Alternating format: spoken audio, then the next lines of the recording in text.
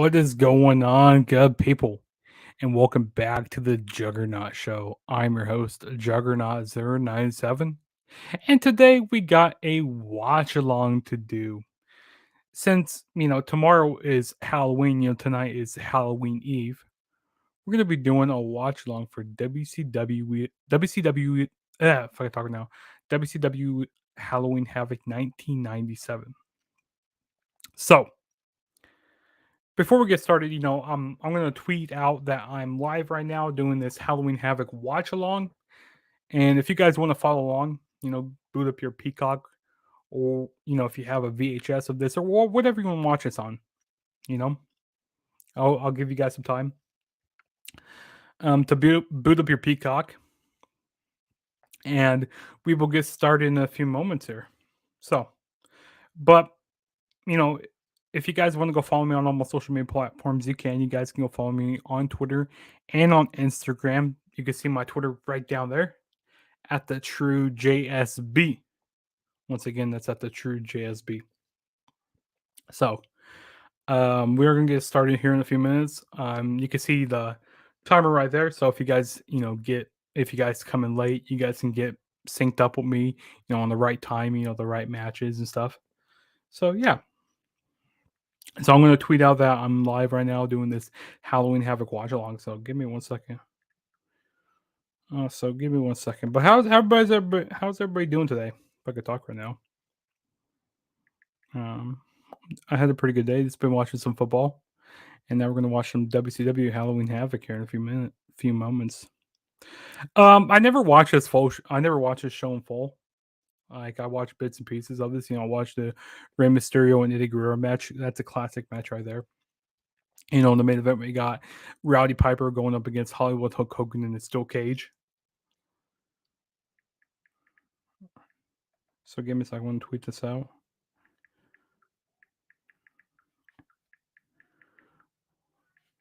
So give me 1 second, guys, and then we will go ahead and get started.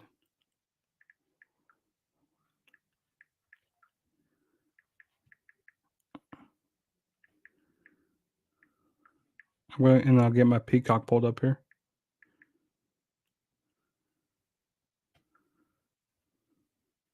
Okay, there we go. Bam, got that.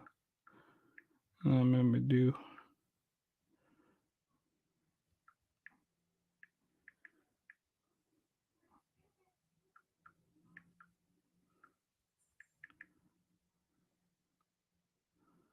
Hold on. I'm going to tweet out some things right now. And then we will go ahead and get started. Wait for people to show up.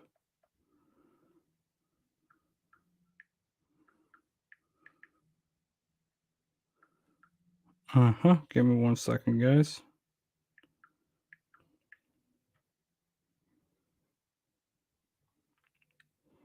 Okay, and then let me tweet this out also. One more thing. Bam. Okay, so there we go. So let me get my Peacock pulled up right to WCW here.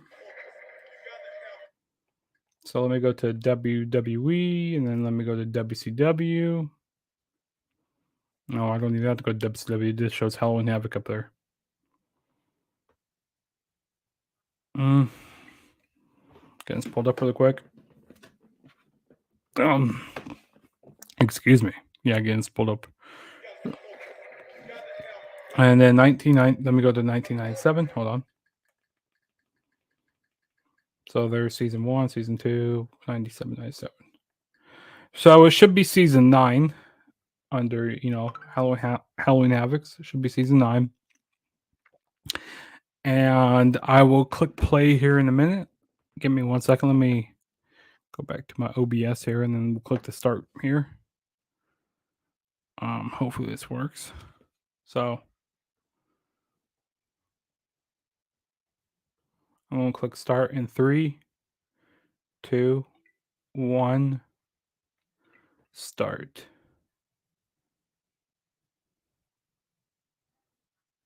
Actually, hold on.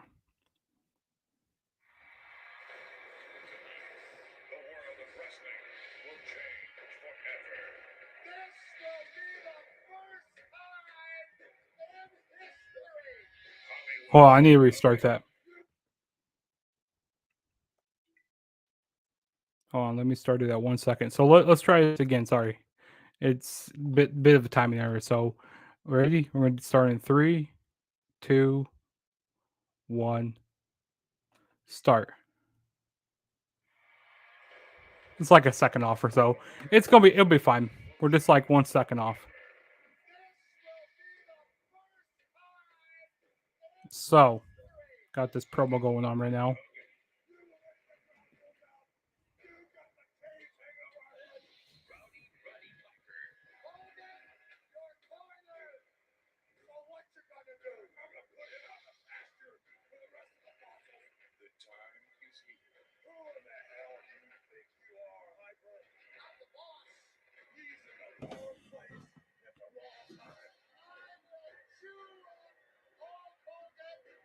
Yeah, it's like off by 1 second. It's okay.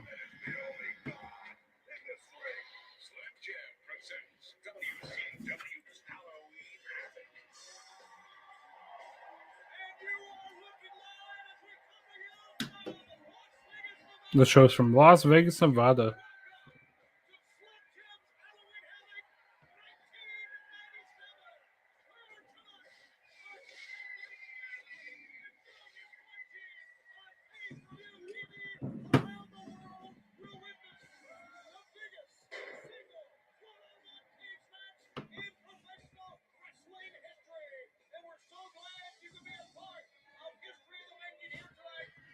I'm gonna check if my audio's doing okay.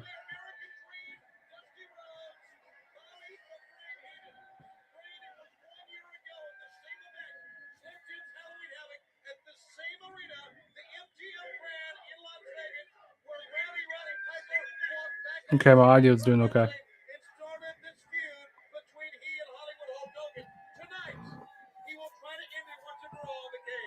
So once again, if you guys are joining live, this is the time you can get synced up at. We're at a minute. We're 2 minutes into the show right now. So, if you want to boo up your Peacock, if you guys are just joining me right now and watch WCW Halloween Havoc 1997, go ahead and do that. You guys can go down in the chat below. You know, we can discuss the show here.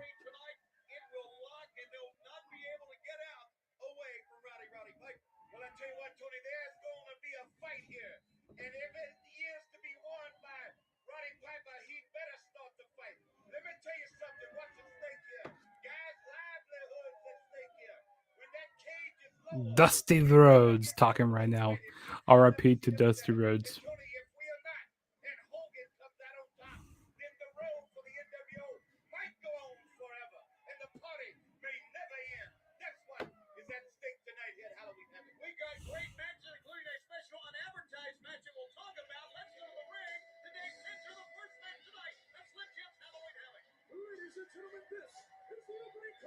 So that again, start with the first match of the show.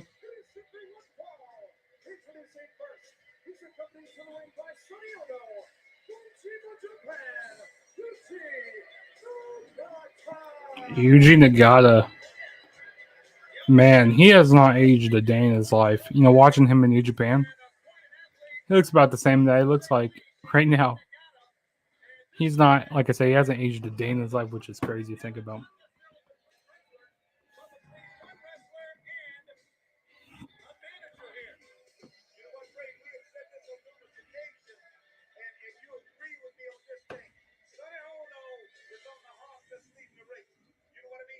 You guys can go down in the chat below. We can discuss this show here.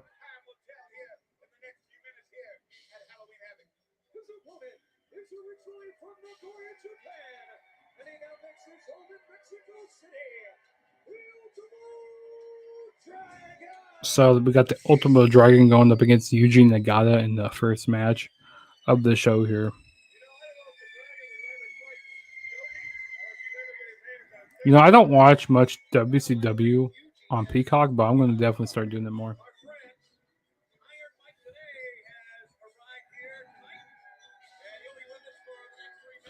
And then next month, I'm going to be doing some more watch-alongs for old pay-per-views. Since Survivor Series next month, I'm going to do some Survivor Series. So I'm gonna put some polls on Twitter to see which Survivor Series pay-per-views you want to see. So stay tuned for that.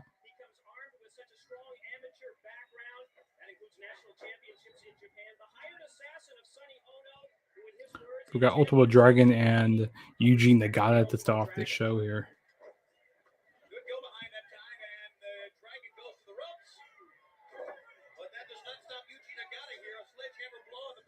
Side headlock from Eugene Nagata right now.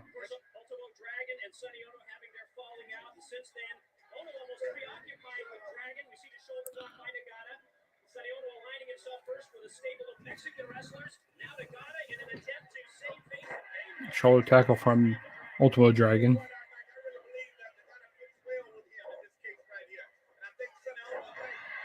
It's going to be a really fast-paced match here and some strong style.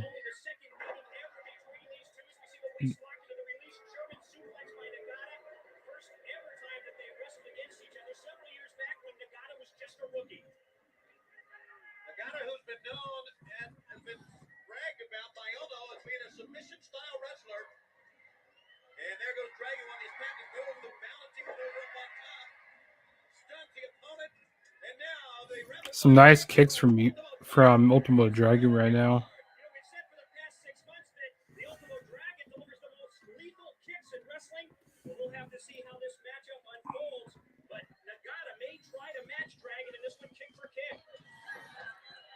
We have Mike today on commentary, which is crazy. I haven't heard him since like back in the TNA days.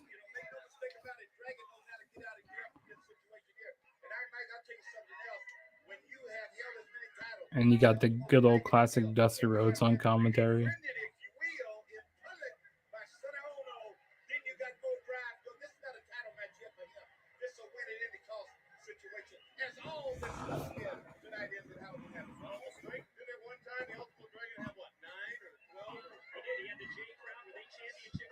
Excuse me. Side headlock, oh, but no, a side suplex from Ultimate Dragon.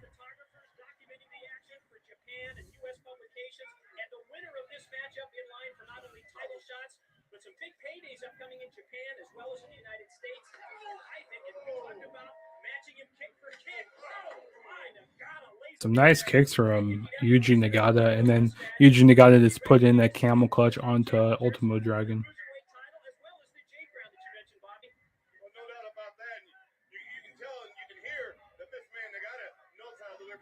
So I think the previous year of Halloween Havoc, they did have this from.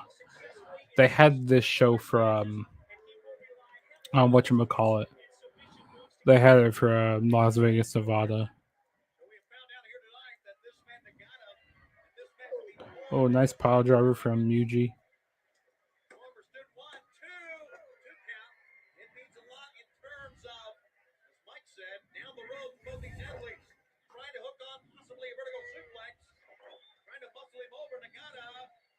Suplex from Yuji Nagata.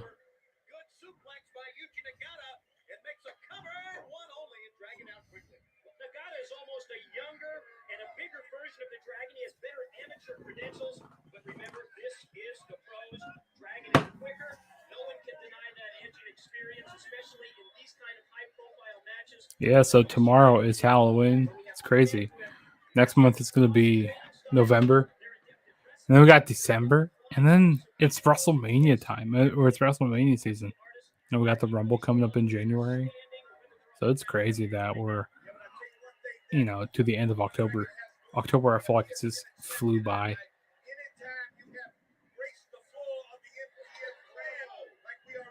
Some nice kicks from Nagata right now. And once again, if you guys are joining me live on this stream, you guys can sync up with me. The time is up there. I might be a second off because it's kind of hard to get synced up a little bit. But hey, I'm doing the best I can. So yeah, but if you guys want to sync up with those times up there, you guys can.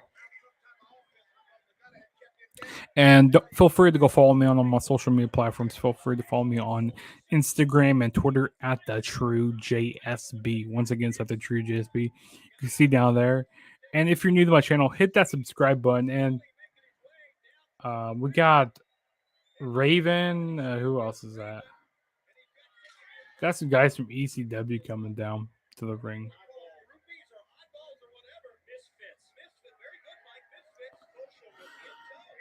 Oh, nice springboard moonsault from Ultimo Dragon on Nagata.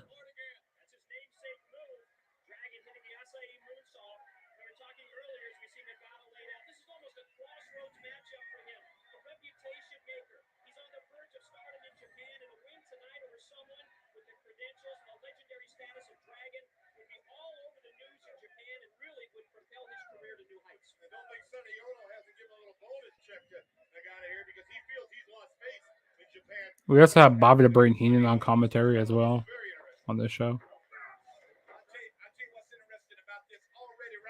Great commentary team for WCW.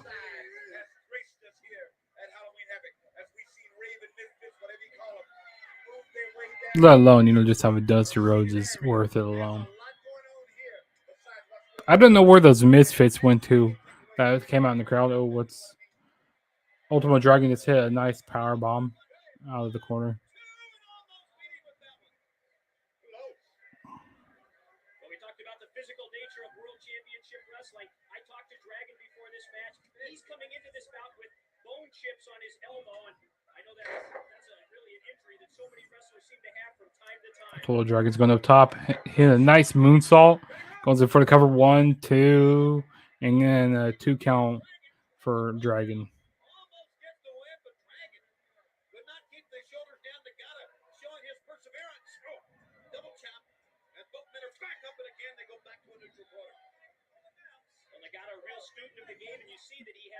Ultimo Dragon puts Nagata on top rope. What are they going for here?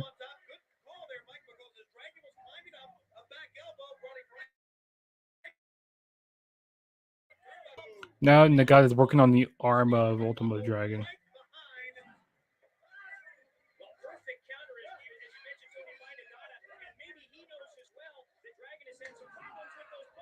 Some nice kicks from Nagata right now.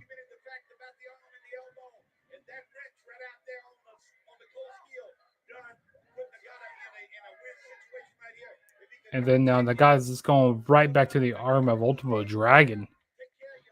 He's just going to dissect that arm of him and work on him. A belly-to-belly suplex from Nagata. Goes into cover 1, 2, and then a kick out.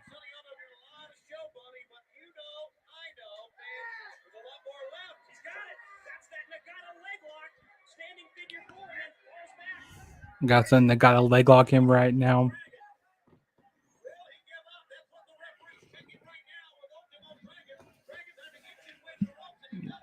Fix my camera a little bit here. There we go. Bam.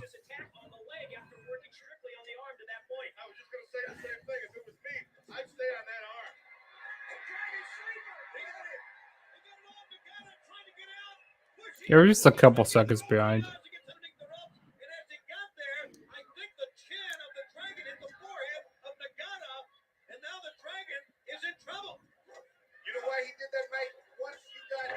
Nice enziguri from Ultimo Dragon.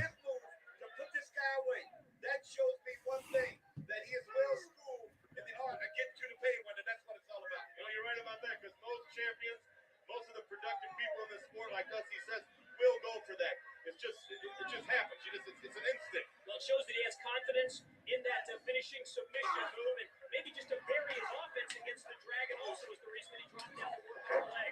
Right now, Dragon, though, has only one arm to fight with.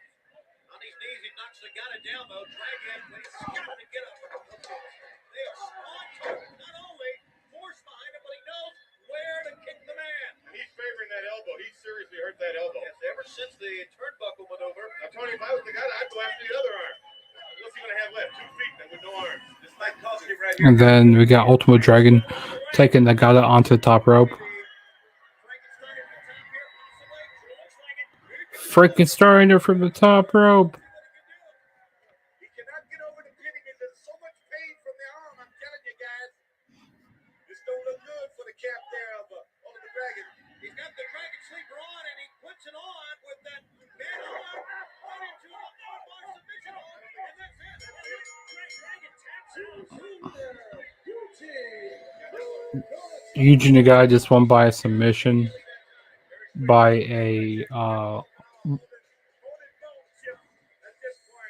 not a wrist lock but an arm bar.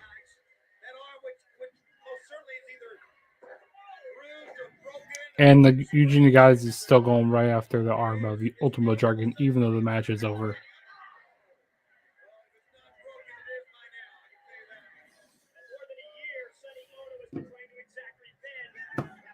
So that was a pretty short match there.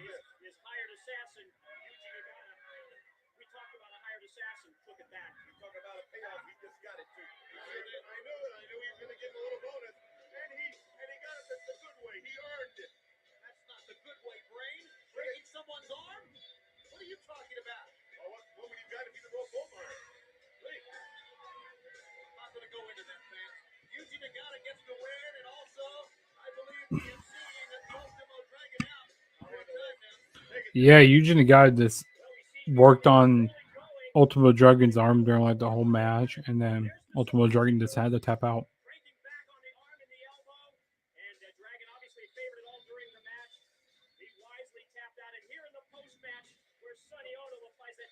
It's like back in the day, it was like so simple. Like now, it takes forever to tap someone out or like to put someone away. But back in the day, like I said, during this time back in '97, it was simpler times.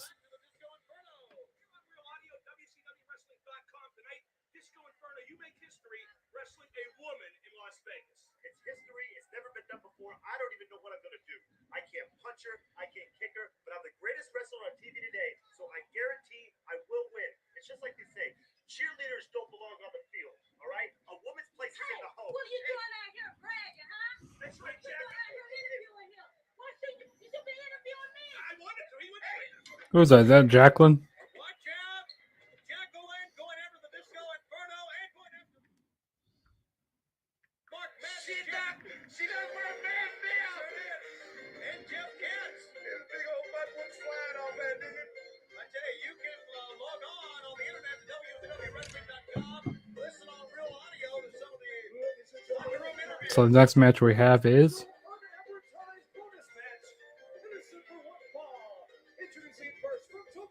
Gato, another Japanese wrestler on the show.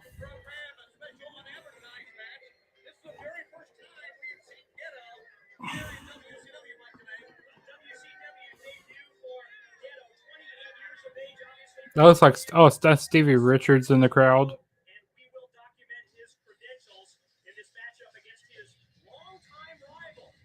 Yeah, those ECW misfits in the crowd. Got Gato going up against Chris Jericho, I believe. Yeah, the Lionheart Chris Jericho. It was nice when Jericho has been doing the Lionheart gimmick in AEW. Like, it's crazy how many different personas Chris Jericho has went under. You know, Lionheart. You know, you had so many different personas from Jericho. You had the Ayatollah of Rock and Rolla. You had the best in the world gimmick. There's just so many different gimmicks that Jericho has went under, which is crazy. And that's what good superstars can do. They can change their gimmick. They can evolve with time. And like I said, that's what Jericho has done over the years. Yeah, so the next match on this card, we got Chris Jericho and Gato.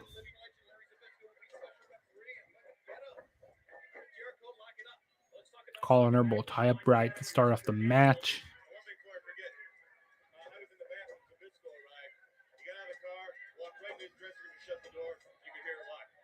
Jericho, he always put on great matches over here in WCW, like in the cruiserweight division and like the undercard.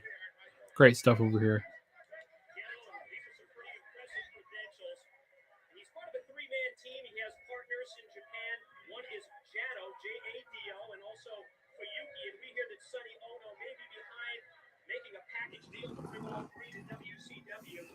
Jericho made his reputation internationally before coming to World Championship Wrestling in Mexico and in Japan. He was actually a tag team partner of this man, Ghetto. And in terms of rivalries,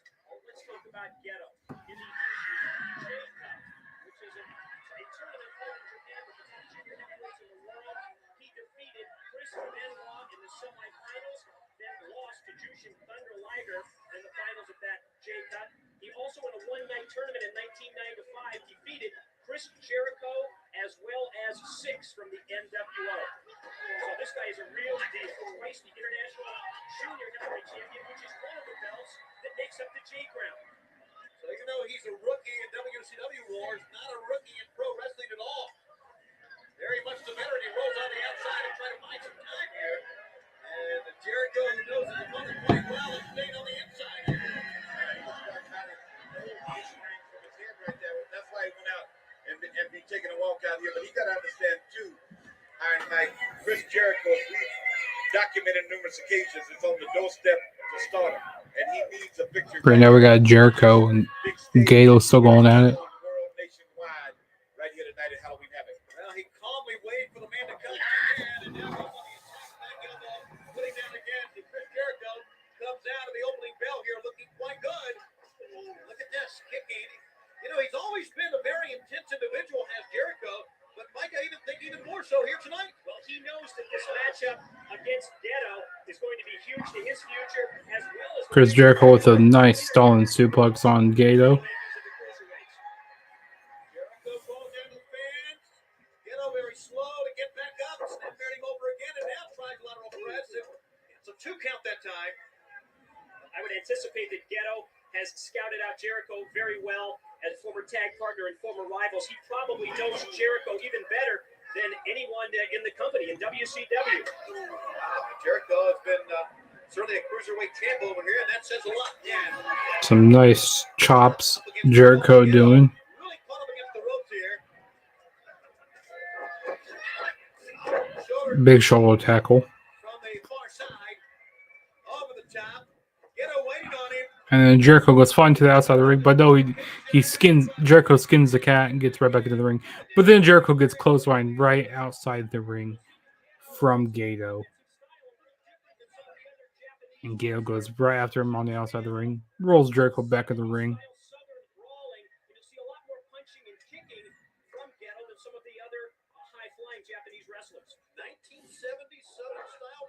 Big power slam from Gato. 1, 2. Only a 2 count from Gato.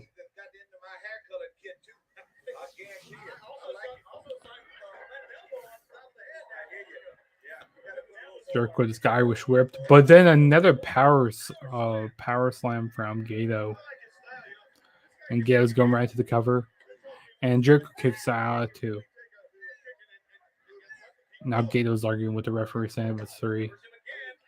And then once again goes right back into the cover, but Jericho kicks out again at 2. And a sleeper hold from Gato right now. Will Jericho pass out?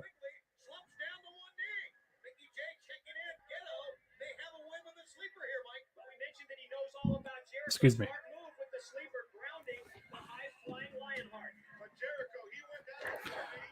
But Jericho reverses it, drops Gato to the mat.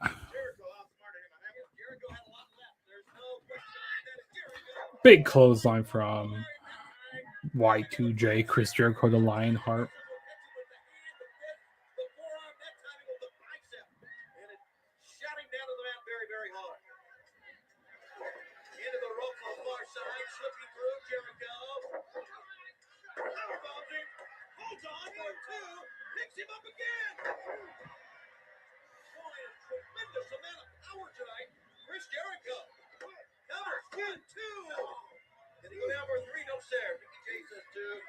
Maybe it was a 3 right there.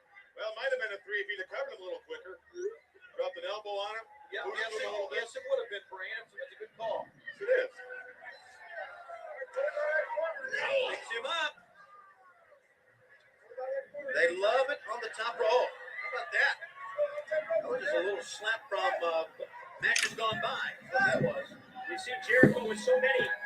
Jericho, what's Jericho about to do? Both Jericho and Gato on the top rope.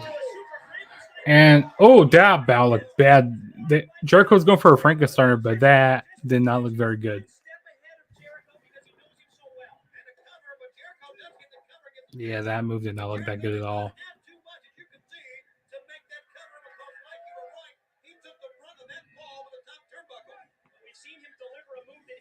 you guys want to sync up once again, you guys can sync up with that time right there, 24:55.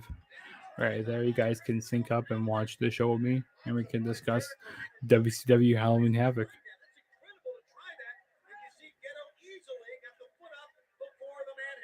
really believe he's hurt prior to this thing as he came off the top rope right there. Twice went for high risk maneuvers. We know bad things can happen. And I really believe the worst is about to happen to Chris Jericho right here. Ghetto's boys, he missed that karate chop. Nice. Oh, Jericho's going for a German suplex, but Gator reverses it. Jericho, what's Jericho going for? I mean, Gator, what's Gator going for here? Oh, working on the knee of Jericho right now.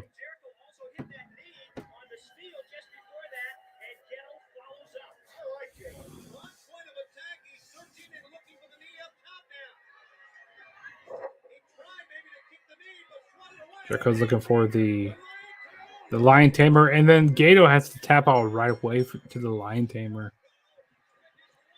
So the winner of the match is Chris Jericho. Man, Gato tapped out right away once Gato got put in the submission.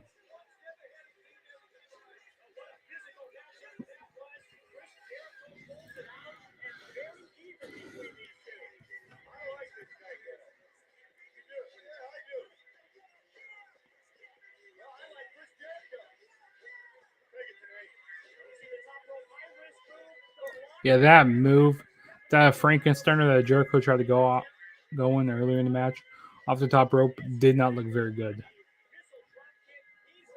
That was not planned for that the move to go like that.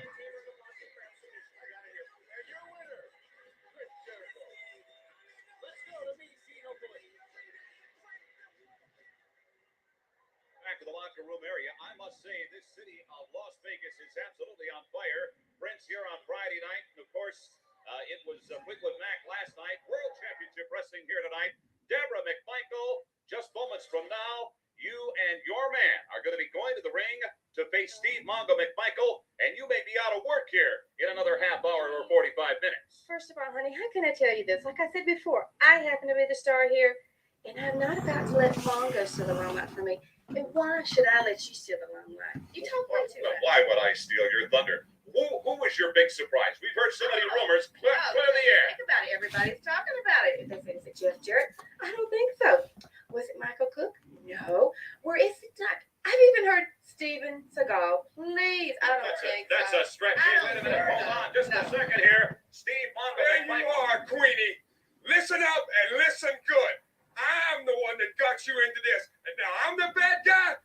If you want to be alone, if you want to be a big star, you don't need me taking care of you anymore. Why don't you give me back that big diamond ring and that Rolex? And as a matter of fact, give me back those credit cards. You can be all on your own. she's alive. Well, let me tell you something, honey. First of all, it's not very attractive when you're foaming at the mouth like that when you're speaking. And second of all, I have no intentions of giving up my ring nor my credit cards because I have earned it all these years, putting up with you and your family and all the stuff that comes along with it. Sounds to me like it's something that should be settled in a court of law, perhaps not here or in the ring. Let's get back inside the arena here in Las Vegas for more action. Okay, then. Wow. In Las Vegas, at the MGM Grand. Now we're going to the next match, which is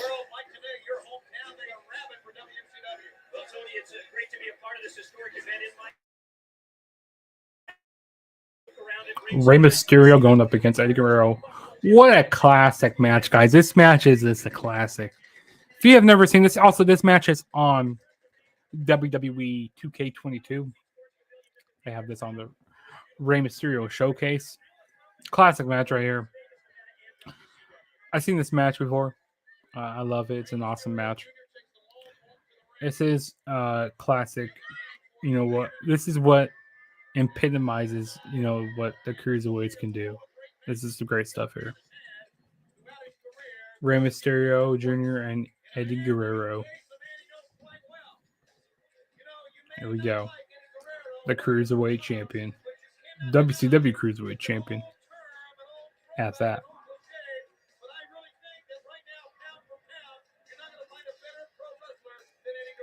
Make no mistake about it, and without a doubt,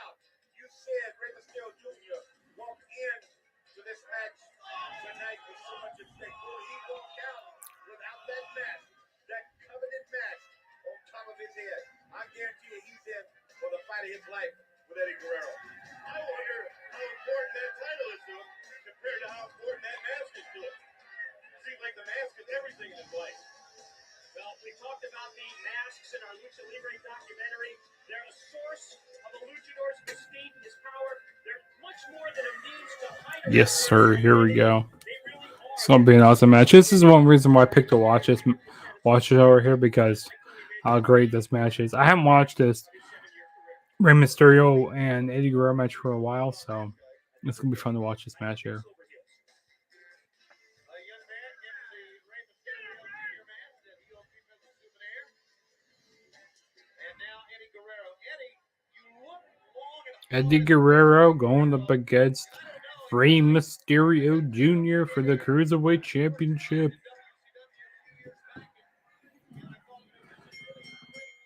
And then in the main event of the show, we have Roddy Piper going up against Hollywood Hogan in a steel cage.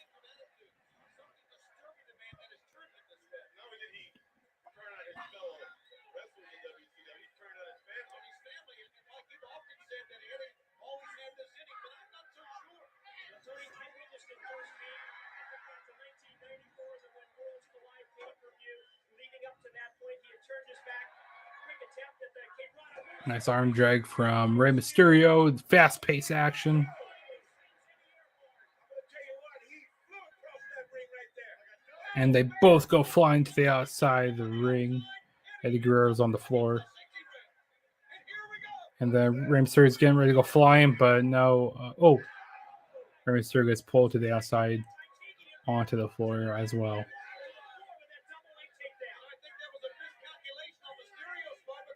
This is hard to call some of these moves. It's so quick. Rey Mysterio gets driven into the steel steps on the outside of the ring. This cruel, bitter streak in Eddie Guerrero has always existed, Tony. I saw him turn on tag team partners in Mexico. I saw him turn his back on entire organizations. This isn't the real Eddie Guerrero. Yeah, but I don't believe it's ever been with the velocity that he's unleashing here on Rey Mysterio Jr. tonight here at Halloween Havoc. You're watching right now probably one of the most talented men in our sport ever. And I'm talking about Guerrero.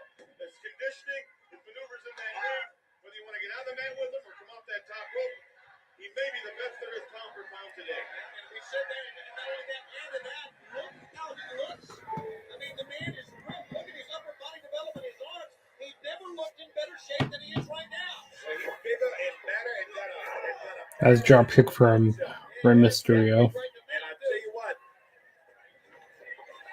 there you go. There you go. On him, building a back suplex. Yeah, Eddie's ahead of him. Eddie's ahead of him in this match. Is he A ever? step or two.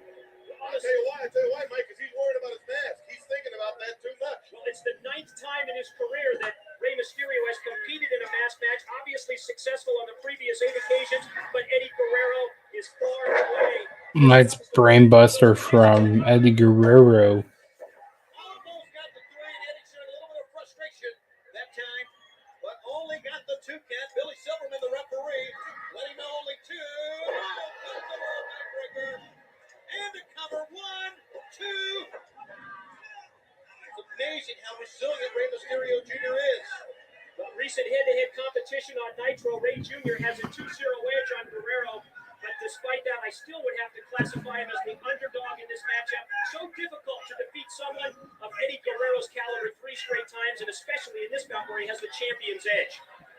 And that champion's edge, of course, as we know, always that you got to beat him. He does not have to beat you. There is a certain time limit for these title matches. He's going to rip the mask right off his face. That's what he's trying to do here. And you can see the mask a little bit different than normal. Remember, if we were showing you a portion of this on the countdown to Slim Jim's Halloween Havoc, that Eddie recently came in the ring, yanked the mask away. Got a stretch muffler on Rey Mysterio right now. Eddie Guerrero is trying to wear down Mysterio. He's going to have to rip everything off then. That's what he wants to do. That's what he has to do. There are instances when careers have flourished after losing a mask. This Rey Mysterio attire is just so classic. The mysterious like the purple gear that he's wearing. Because Rey Mysterio is a mystery, you know. That's what Mysterio means, mystery. Brought us one of the, here's the first of all, couple. 1, 2. Barely got it. Got it, 2K. One of your specials about Lucha Libre and I had to adjust myself a little bit because I don't want to be. Don't want my leg to be falling asleep here. I mean, move my camera up there. There we go. Bam. We're good. I had to readjust myself a little bit. His uncle decided that he was good enough to take that tradition and wear the mask of Rey Mysterio. Wait a minute. He wrestled as who? The Libre, which translates to the hummingbird. I didn't know Libre translates to the hummingbird. Didn't know that. Oh, that springboard DDT. You know, when I was playing the showcase, it was so hard for me to hit that DDT. I don't know why. Like I tried figuring out how to hit it, and it took me forever to hit the move, but I finally hit it. This was probably one of the hardest matches on the 2K showcase, and the Kane match was pretty hard also. Yeah, the Kane match was hard as well. I think there was another match on the Rey Mysterio showcase that was kind of hard. But yeah, this one was probably the hardest.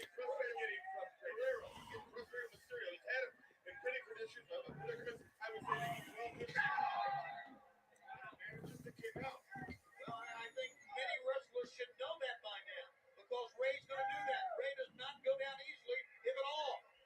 And to the point to where you would almost have to knock Rey Mysterio Jr. out cold to get a win.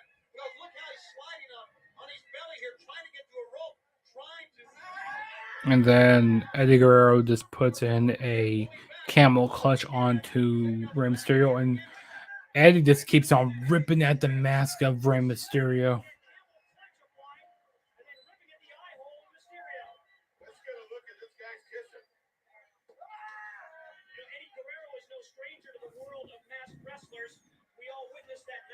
Charade when he was the masked El Caliente, but I think a lot of people don't realize that years of his international experience came under the mask. He wrestled as Black Tiger in Japan and also Máscara Mágica, the magic mask in Mexico. And while he was wrestling as Máscara Mágica, Eddie Guerrero became the only wrestler in Lucha Libre history to dishonor tradition by voluntarily taking off the mask, and this move is called the Gory Special. And that's named after his father, the legendary Gory Guerrero. You might have him up right here. Referee asking. The Gory Special. Mysterio turned into an arm drag. I like how Rey Mysterio got out of the Gory Special there. He turned into an arm drag. That could have broke his neck. Oh, my. Talk about whiplash. You may hate it, Eddie Guerrero. Nice backbreaker from Eddie Guerrero.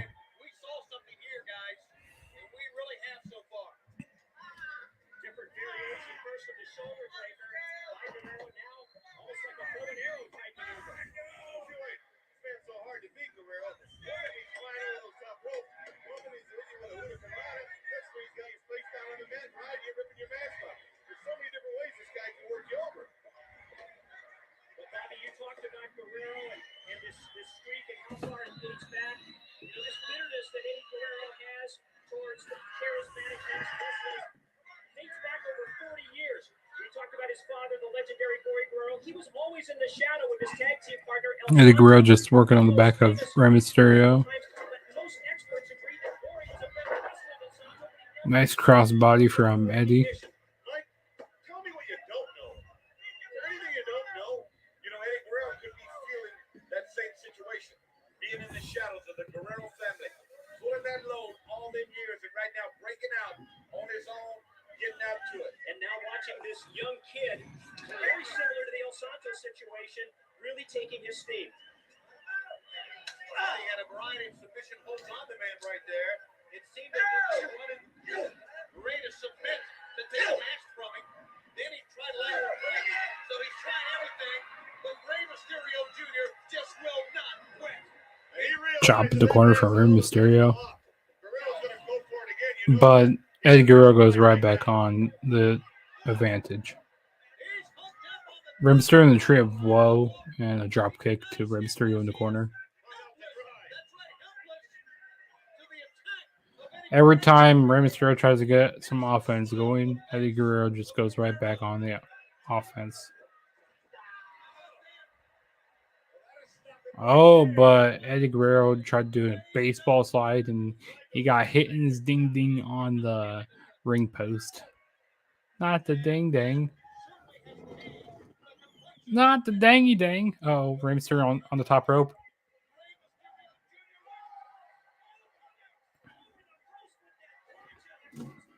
I'm gonna turn this up a little bit.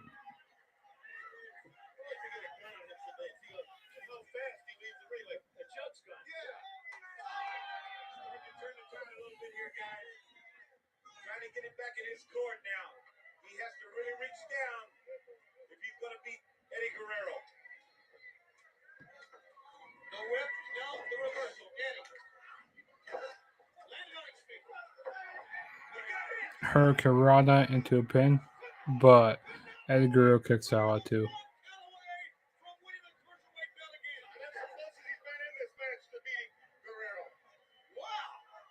So close with the Huracan Rana. And look at Guerrero. He knows it.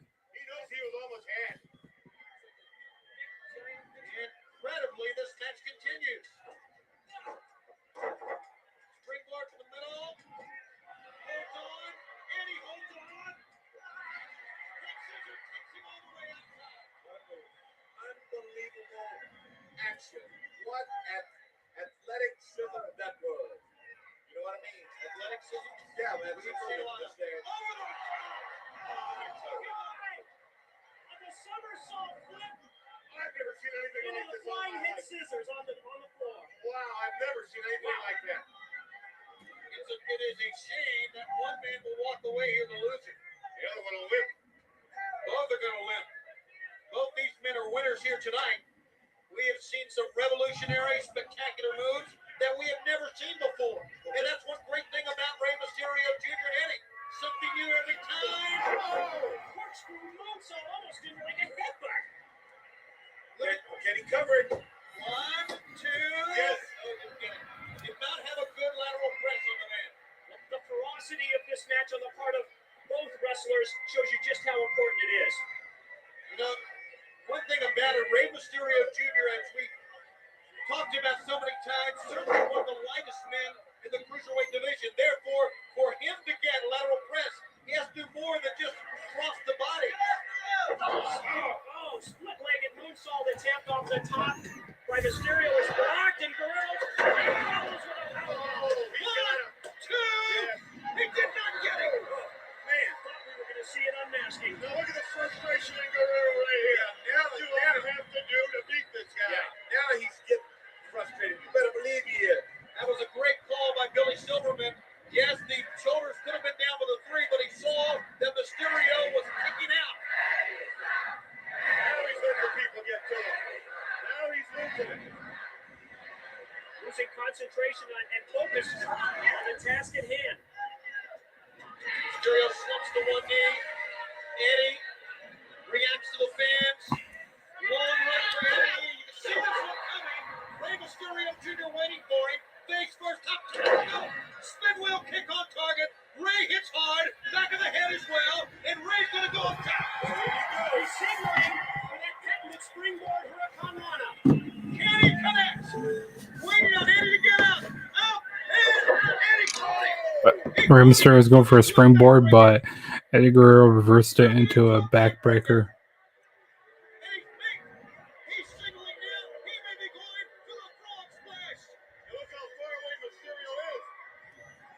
Eddie Guerrero's going up top, Long way up there. He missed. but Rey Mysterio got out of the way. But then Rey Mysterio gets hung up on the top rope and got hurt his dangy dang there. Mysterio trying to fight off the suplex attempt by Guerrero up on the top. That's what this cruiserweight title match has been, a fight. From the opening bell, both men pushing their abilities to the limit here. And then we got Eddie Guerrero. What's he about to do off top rope? Oh, Rey Mysterio turns it into a Hurricane Rana. And turns into a pin and got the pin. from the Rana off the top rope, the Frankensteiner,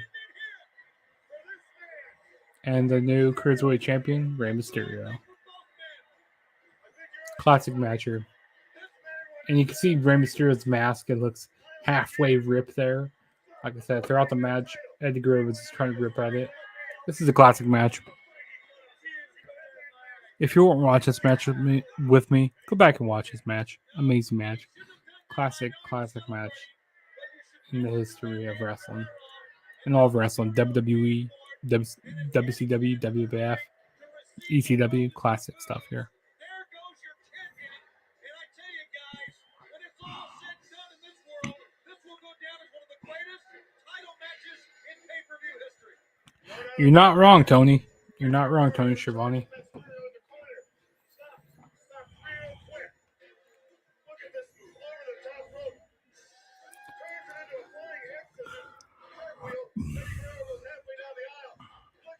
So, now that this match is over, once again, if you guys are joining me for this watch along, feel free to hit that subscribe button if you haven't already. Hit the like button. Keep running up the likes. Go down in the comments and talk to me and stuff. Go down in the comment section below, comment, subscribe. Turn on the notification bell to be notified every time I make a new video. Follow me on all my social media platforms. Follow me on Twitter and Instagram at the True JSB, which you can see is right down there. You might want to give me a call tonight. It's something we can't talk about right here. However, we will discuss in detail on the hotline tonight at 1-900-909. And I'm on a road to 500 subscribers. I'm at 489, I believe, something like that. So let's give me the 500. And I'm gonna be doing more watch longs in the months to come. So stay tuned. I haven't decided yet, Gene. I may go in my Mean Gene costume. Right. Well, we have to go back to the locker room area. We understand back to the NWO locker room area where What's Eric going on there? Bischoff is standing by. Uh-oh.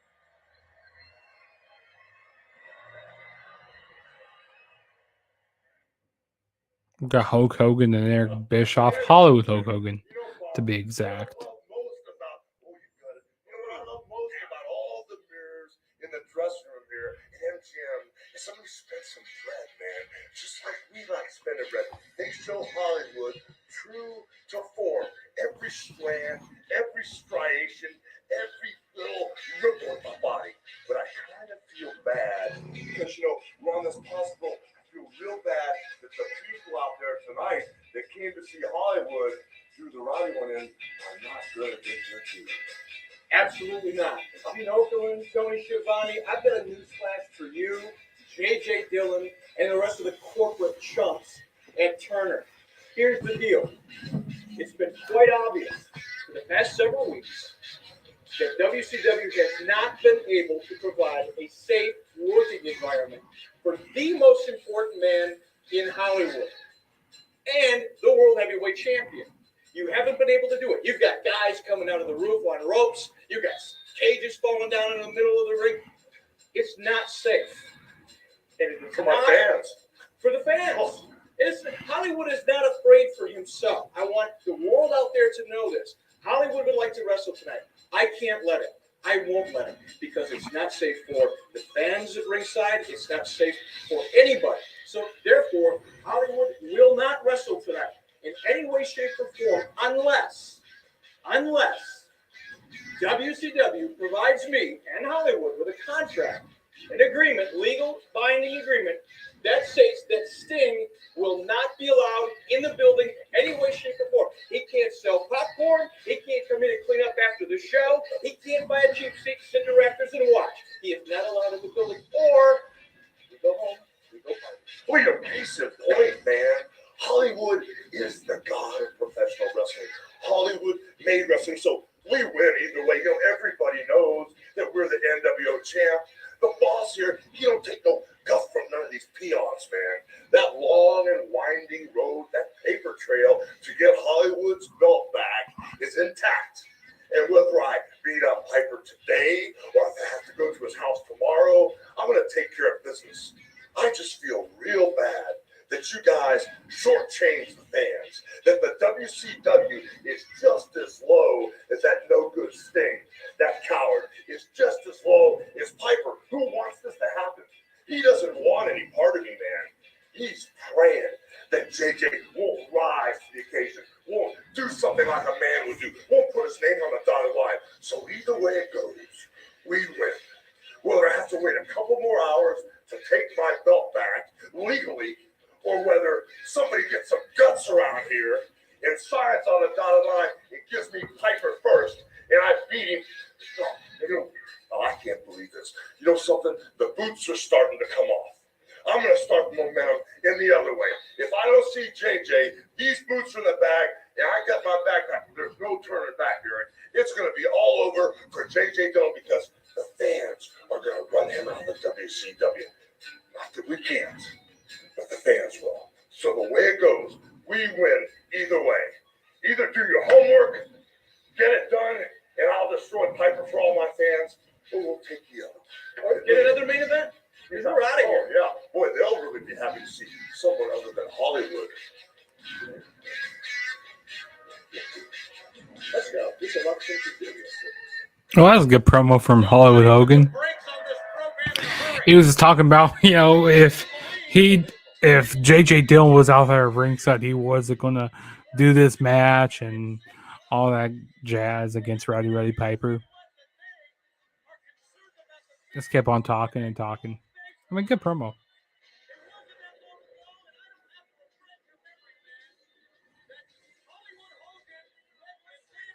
But if you guys are just joining me live from if you guys are joining me right now from my stream, feel free to go down in the live chat below, and we can discuss this WCW show. You guys can come discuss this with me, and you guys can all hit that subscribe button if you haven't already. And if you guys want to sync up, once again, you guys can sync up right there. We're at 52:13 right now. Well, maybe, a few seconds behind, like 2 seconds behind, but still, at least we're pretty close. You guys know how to get caught up and stuff. That's how big this event is. All right, Mongo has come out, and we wait to see who is going to be. Mongo It's Alex Wright. going up against Alex Wright. And then I want to give something to this match, but I can't right now. Hogan will not wrestle in the main event until they can promise that Sting will not make an appearance. Oh, Sting. Until Sting won't make an appearance. Okay, so if Sting makes an appearance, Hulk Hogan will not do the Stone Cage match with Roddy Piper. But they have to make sure that Sting doesn't show up. But like Hogan was saying, either way, Hogan wins. The NWO wins. They get what they want.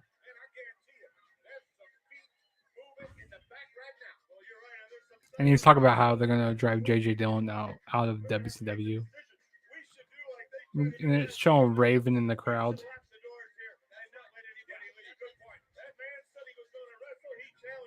Raven, nevermore.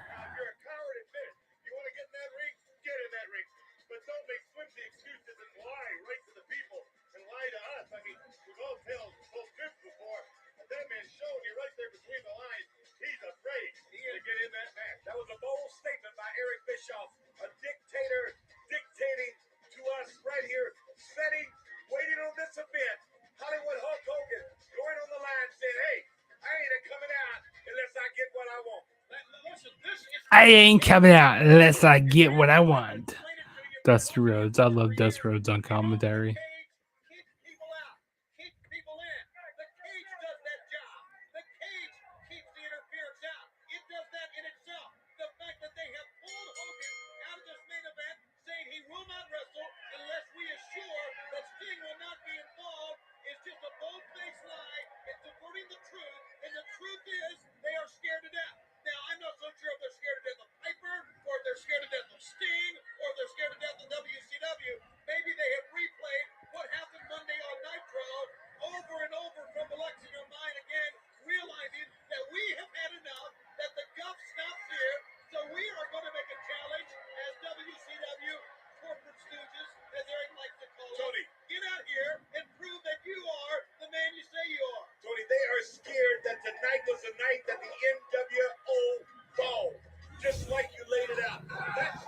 what has happened. Finally, WCW stood up on its hind legs and went ahead and took the initiative to get on top of them, and now they don't want none of it. Oh, fans, we are just shocked and really very upset from what we just heard. Not really giving, here's a cover by Mongo, giving enough attention. Mongo going up against Alex Wright in this match. The match before this, we had Rey Mysterio and Eddie Guerrero, which is a classic match, which, you know, is for the Cruiserweight Championship, if you guys don't know that already. Classic match. It was title versus mask. You know, and that match is also on the WWE 2K22 showcase. We also had Chris Jericho go over Gato by submission. He hit Jericho put in the Lion Tamer. Up until the time with the NWO, but now when they feel a little insecure, when they feel this guy's pushing around, and what happens? They turn their tail and run. And now that Zabisco is refereeing this evening, I mean, they got a lot of things on their mind. They're getting paranoid now. They're looking over their shoulders all the time. They're running scared. They like to be in control, and they're not. And well, I say that Hogan's not going to wrestle over this match unless he demands a man. I guess they are in control, Frank. Again. Yeah, But how many weeks have we promoted this big cage match? Told they the can't fans just what walk happened. out. They can't. Sure they can. Yeah, They they will. will. Hollywood Hulk Hogan, they really are that brash enough to think they can. They believe they can. And let me tell you, if it doesn't get I don't know much about the storylines. make no mistake about it, that limo will pull up to the back door. Like, who is Alex Wright? And the NWO I never really seen. Like I said, I'm young. I'm young. I didn't watch anything from WCW back in the day. Alex Wright, who is he? Was he in WWE at one point? Try to make everyone feel sorry for them because of what Sting and what Piper and what Page have done. I thought he was a part of WWE. Maybe I might be mistaken. come up with what kind of insurance, what kind of an offer WCW is going to make. No. Alex Wright was not part of WWE. I could have sworn he was. How can we just go and find him when we don't even know if he's here and say you can't be coming out of the ceiling, you can't be jumping down in the middle of this thing? Well, I guarantee you that's a mess. He doesn't talk to anybody, he doesn't listen to anybody. Nice uppercut from Alex Wright, though. And Dream, I think it's been apparent over the past couple of weeks that Sting has been together with Diamond Dallas and Piper. They have been in cahoots. Sting came out a few weeks ago with that world title belt. Side headlock from Alex Wright right now.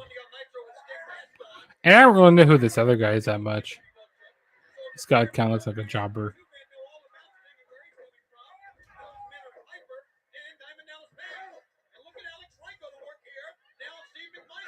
Steve McMichael. Yeah, I don't know who Steve McMichael is that much. Steve McMichael. I guarantee you this thing has really got into a break of here. I think it's a good pick. I'll tell you because I bet your mama was thinking it was somebody from the NFL or somebody like 350 pounds, a big guy. He's the perfect size guy to take Mongo. I guess Steve McMichael, he was a part of the NFL. I didn't know that. What teams? I'm going to check what teams he played for. I don't really care about this match too much. He was a defensive tackle. He played for the New England Patriots, Chicago Bears, Green Bay Packers. He also was a coach. I didn't know that. Chicago Slaughter.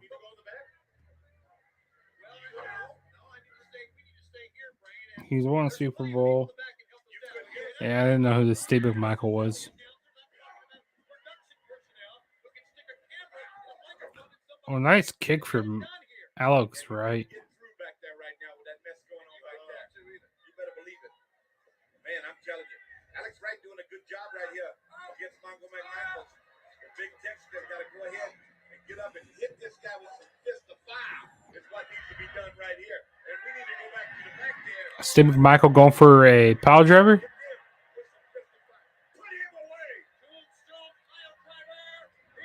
Tombstone Power Driver. Is this over? No, but Deborah is. Oh wait, here comes Goldberg. Goldberg just jumped into the ring. I don't know what Goldberg's doing out here.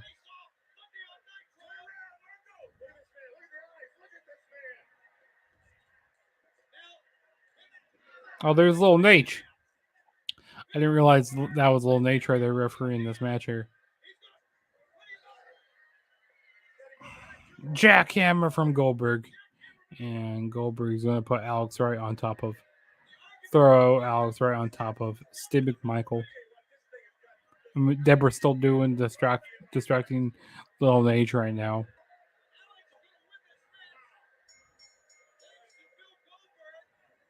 Thanks to Bill Goldberg, Alex Wright won this match.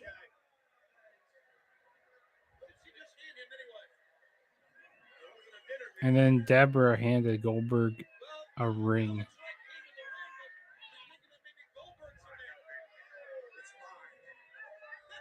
He says his. Goldberg says his now.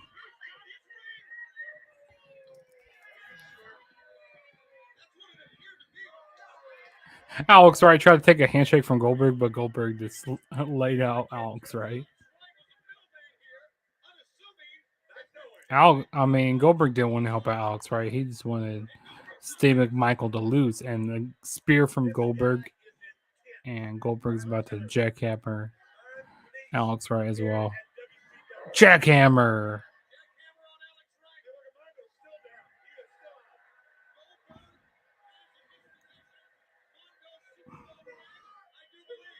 Okay, so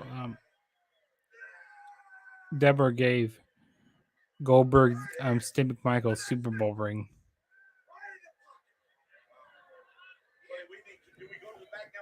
That's what that ring was.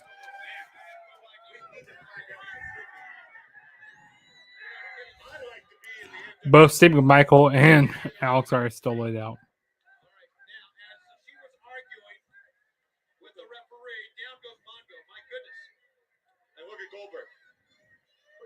Mongo up there. Now, Mongo's a 280-pound guy, at least, I would say. Well, man, drives him home. That jackhammer's awesome, guys. And then he rolled Alex Wright over. And, oh, he picks him up like a child. Look at that. He sure did. He picked him up, put him on him. The referee still arguing with Deborah this time. So he finally turns around and makes the 1, 2, 3. But the story here is the fact that Goldberg was handed something by Deborah. And that something is apparently the prize Super Bowl ring that Steve McMichael won as member of the Chicago Bears.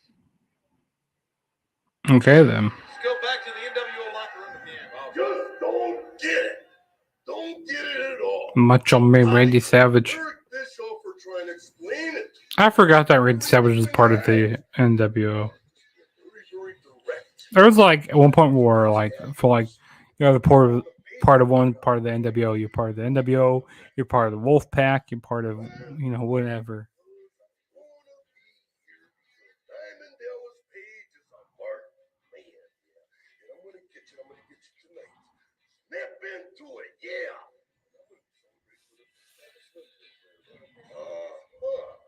This year, right here, Slim Jim's Halloween Havoc. Diamond Dallas Page, you gotta understand that. World order. Something, yes it does. After tonight, grandchildren, that you once had a glimpse of greatness, but then you couldn't handle it because you were nothing compared to the Macho Man Randy Savage. You were nothing compared to the madness. And just to prove it, Elizabeth, what do you think of Diamond Dallas Page's chances tonight? Well, Diamond Dallas Page on his best day shouldn't be anywhere near you in an arena, and I think his best bet would be probably right now to leave. And the greatest wrestler on the planet. Yes, I am. And tonight, the danger factor and the risk factor is going to be sky high. Because I really don't care about hurting myself as I'm hurting you. So you don't even know what you got yourself into. Because there's no way out. And I'm the man. I'm the Macho Man Randy Savage. And you, my friend, I made the monster and I destroy the monster. Slim Jim's Halloween Havoc. Snap into it.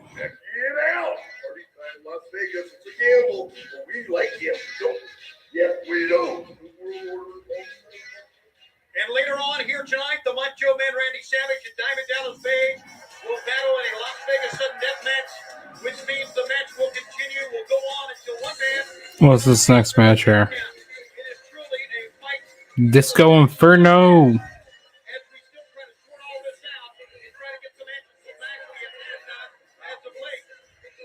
Dusty Rhodes walked to the back briefly. Dusty sees it all back there. I'm going to tell you what. He is the WCW television champion. See ahead with a mass of people.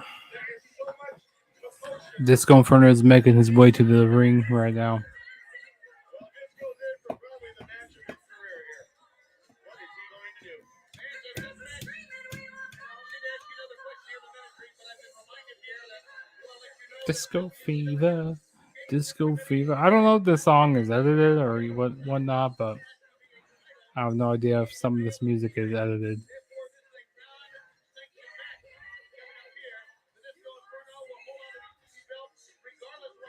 Doing the, I don't know what this dance move is called, but he's doing that dance move.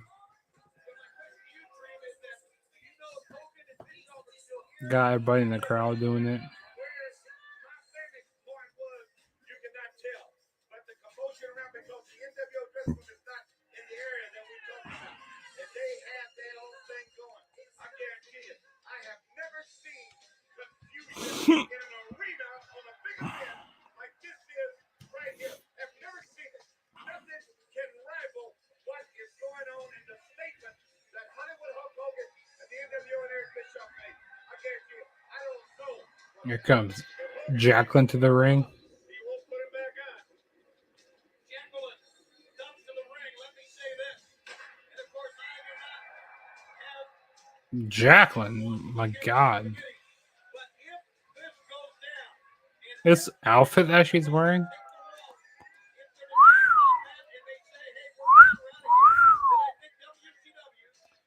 My God, Jacqueline.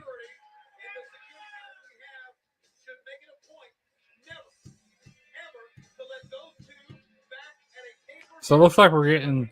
Looks like we have Disco Inferno going up against Jacqueline. Got an intergender match apparently. An intergender match.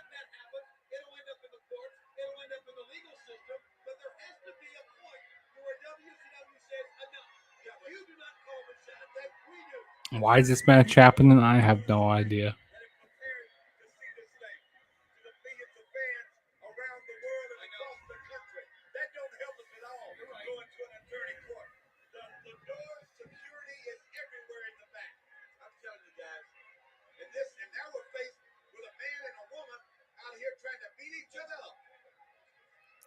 Just like Dusty said, a man and a woman trying to beat each other up.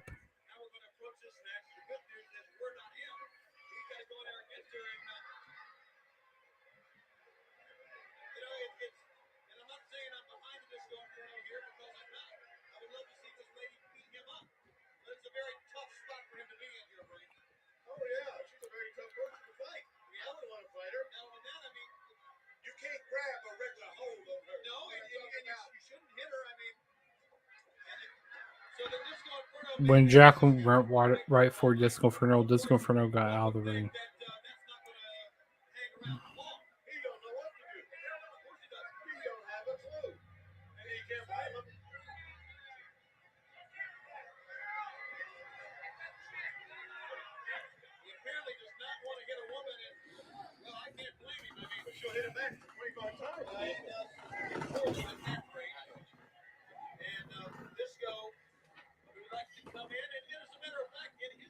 My foot was starting to fall asleep a little bit there.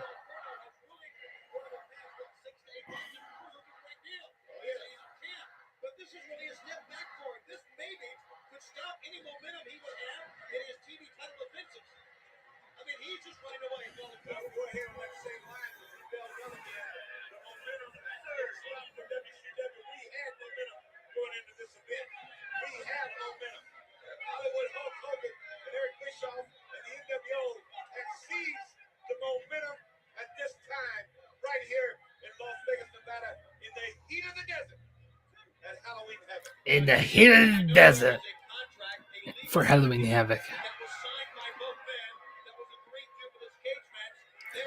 Dusty Rhodes, baby.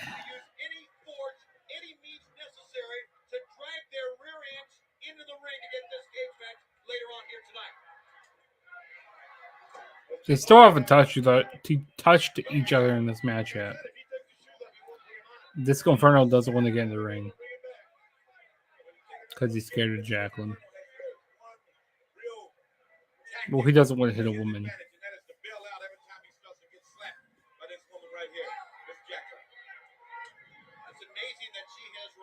Finally, Disco Inferno gets back into the ring. We'll see if they get things going.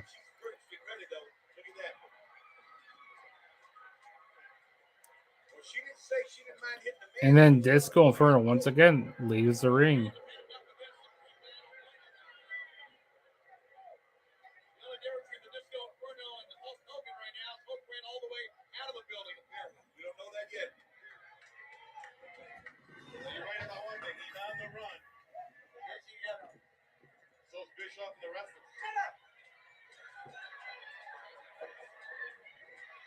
And then once again, Disco Inferno leaves the ring.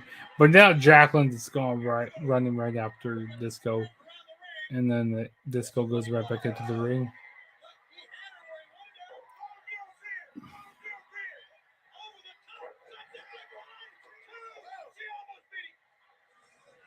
Drop toe hold from Disco. Now it looks like we're finally going to get something.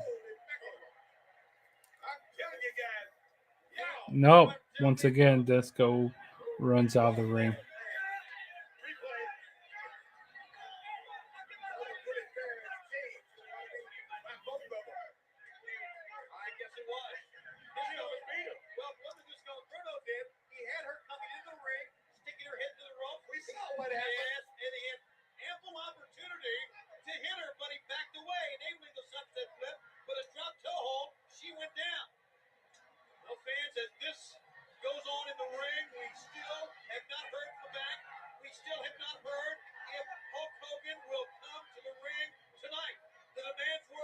WCW had to promise that Sting.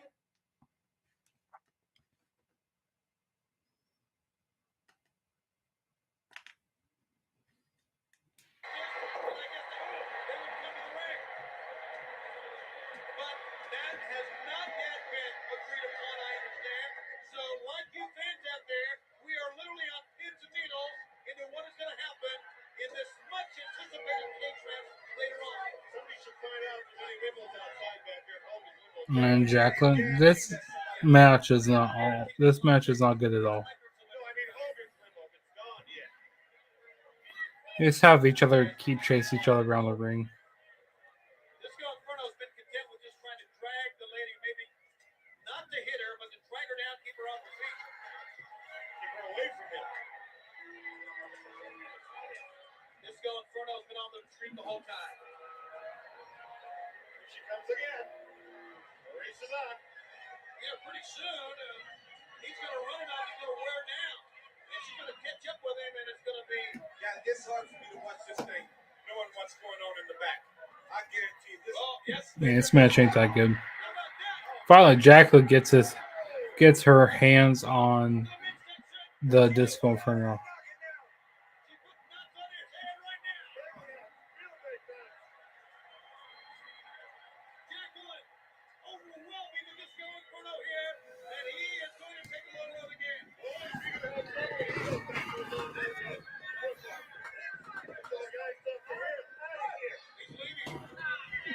Disco just said he's out of here. He's gonna take the count out. This ain't worth it. But no, Jacqueline's gonna chase after Disco.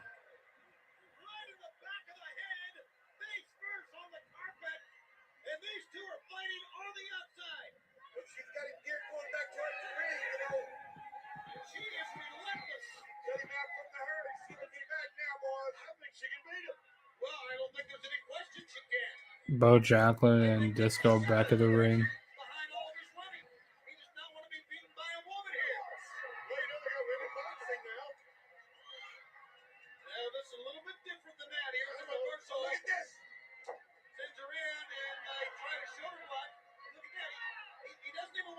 Jacqueline keeps trying to do shoulder tackles to Disco.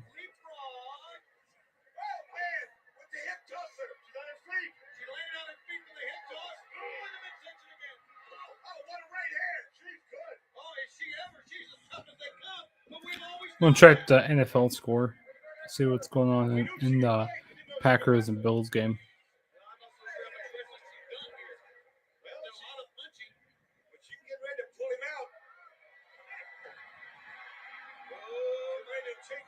Buffalo Bills 27, Green Bay Packers 10.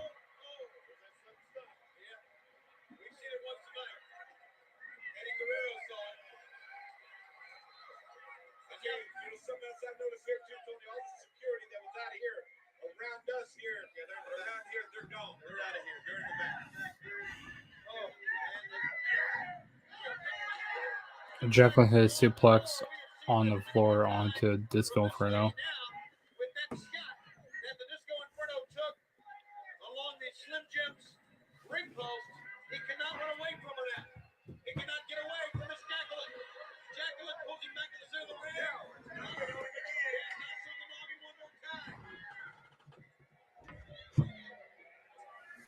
She hits the ropes. Oh, you heard that one. That thud you heard was his chin. And again. Now the Disco sends her in. Look, he didn't know what to do when she came. DDT from Jacqueline.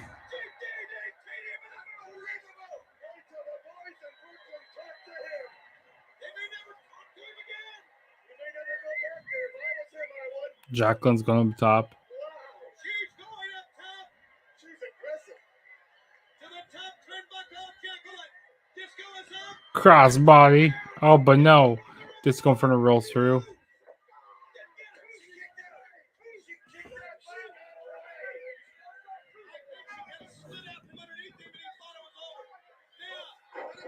Oh, but Jacqueline rolls up Disco Inferno to get the win.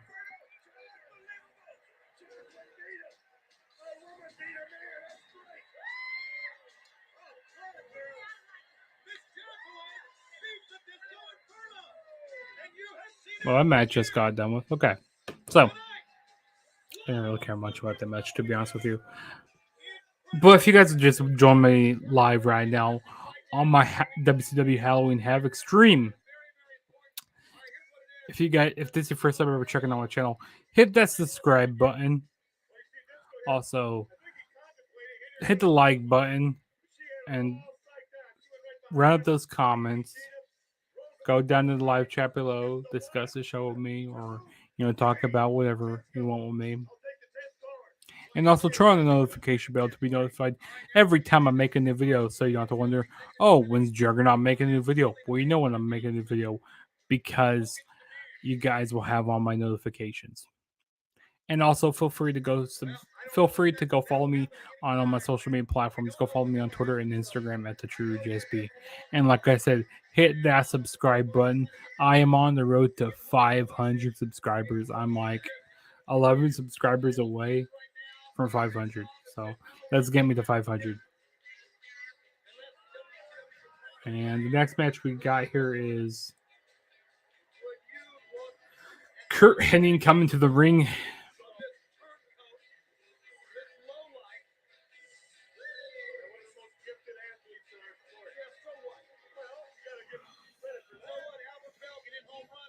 I guess he's part. Yeah, he wasn't part of the NWO.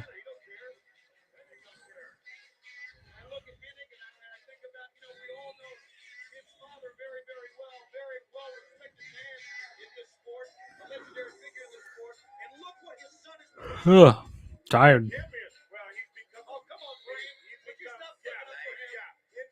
time. What was he told on his way out here? By all rights, this matchup is classic. It's a classic matchup here. Notice there's nobody from the NWO with him. Yeah, that doesn't mean anything. They can be underneath the ring. Well, maybe they've all run too. And here comes Ric Flair running down to the ring. So we got Kurt Hennig and Ric Flair going at it.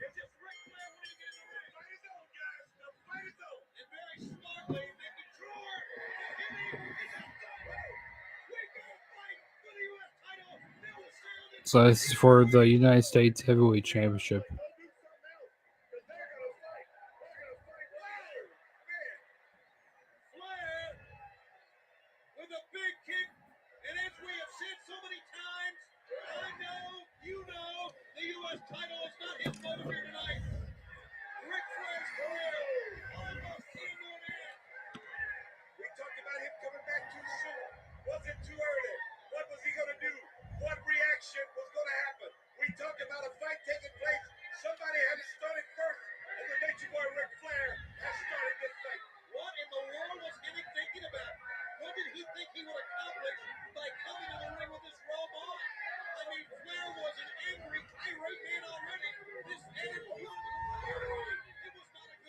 Ric Flair and Kurt Hennig, they're just going on the outside of the ring right now. When Flair knew he was going to get in the ring with this man, that's all he's been thinking about. Kurt Hennig hasn't even took off his robe. He hasn't even took off his robe to start the match.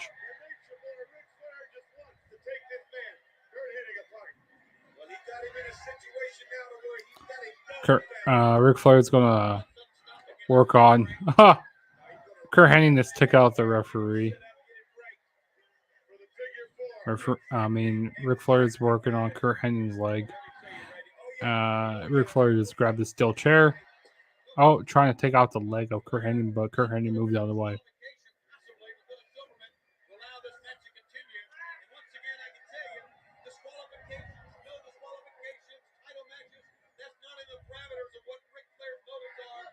Woo! Nice chop from Ric Flair. Classic chops.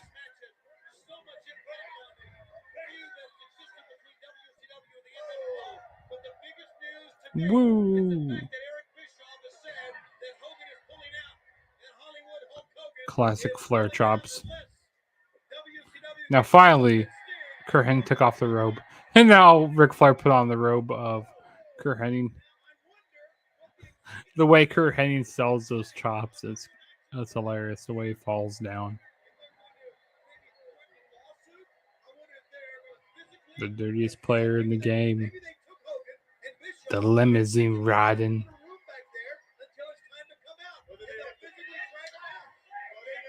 Kiss stealing. Wheeler dealing. Son of a gun. Ric Flair. I probably messed it up, but hey.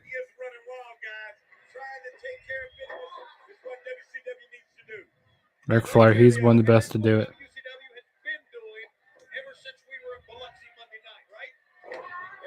Now we got Kurt Hennig going on the offensive. Working on the leg of Flair. Both these guys are very good, technical in the ring.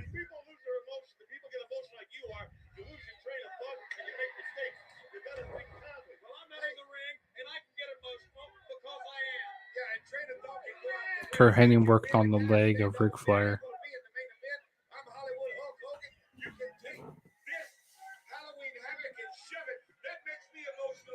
And now Kurt Hennig's going to smash the leg of Ric Flair off the ring post. Also, Hell in Havoc is sponsored by Slim Jim.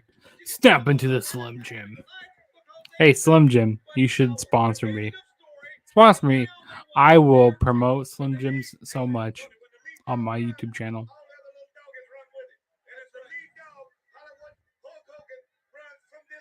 So Slim Jim, come promote me. Come sponsor me. I'll promote you guys if you come sponsor me.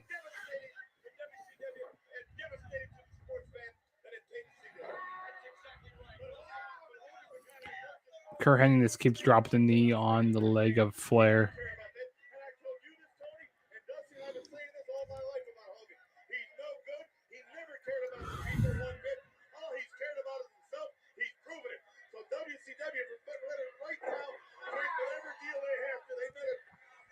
Deal they do, they better do it right now. They've got to see this match. You can't let Hogan and Bischoff and the NWO people dictate anymore. I agree. And taking away from a tremendous contest. Yes, we are. Here in the ring because Flair started the offense, started the fight, made some mistakes that I haven't seen him make. And right now, Hennig is on top of him. Guys, this Flair is really selling the leg right now. The left leg. Let's keep on chopping and slapping each other back and forth. But Kurt Hennig just hit a nice clothesline. Goes to the cover, and then Flair picks out a 2. Flair got the shoulder up it too. I'm turning down my brightness a little bit. There we go.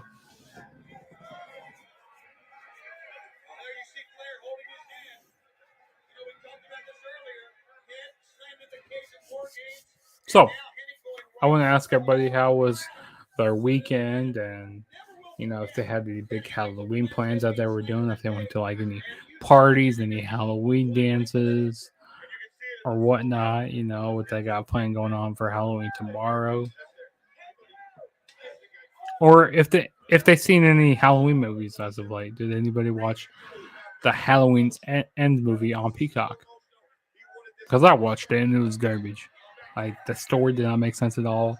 There was barely any Michael Myers in that movie. It was terrible. But other than that, I've been watching some other movies like The Conjuring. I've been watching some of those movies. Like some Annabelle. I've been watching some other Halloween movies. I'm gonna watch Hocus Pocus later because I heard Hocus Pocus 2. I'm gonna watch that on Disney Plus.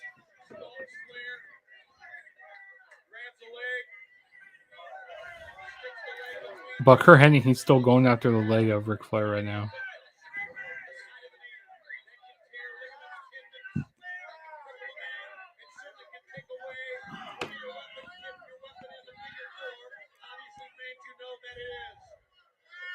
You know yourself when you get a concussion, just a mild concussion, much less what happened at War Games with Flair's head, and you come back, you get disorientated. You don't know where you're at. You're fighting on instinct, and I really believe that's what the Nature Boy Ric Flair now is having to do, is fight on instinct, because each blow he takes on that noggin is taking his toll. Well, this is very dangerous, and it's career-ending. You can't come back too soon after the head injury this man had. I do believe he came back too soon. Flair trying to get back up. Hennig, as you can see, trying to walk the feet off. Flair in a very tough spot here. When he tries to pull himself up in the ring, it takes his focus away from the target. The target will come back to get you like you saw right there. Oh boy, this whole event has left us breathless. And now the anticipation or the questions that remain in this cage match. If we still have Zbyszko and the special referee to come, we still have a Las Vegas sudden death match with a fight to come up here somewhere. Yeah, but we still got to hear from WCW. Somebody has to come out and straighten this thing out. Well, we understand it's going to happen. We don't know when, but they're going to make some sort of announcement for WCW here very soon. The longer we don't hear from them, the worse it is. Are the Bills beating the Packers? The Bills are ahead of the Packers, 27-10, with 14 minutes remaining in the fourth quarter. Well, there you go. Sleeper hold applied by Hennig. Kurt Hennig, all the force around the chin and the head of Flair. Remember, that is back to the injury point. I hope the Packers win because I love to see the Bills lose tonight. Sleeper hold from Kurt Hennig right now, but belly back suplex from Ric Flair, and both Flair and Hennig are down. Kurt Hennig right now. Oh boy, both men. All the effort, and now Hennig once again drives the knuckles into that injury point, the side of the head. It's been a hard fought battle, guys. Kurt Hennig's grabbing the steel chair right now. Gonna look to do some damage on the head of Ric Flair, but no, Ric Flair moves out of the way. That was an attempt on taking somebody's life out, not a career right there. Nice chop from Ric Flair, knocks Kurt Hennig down.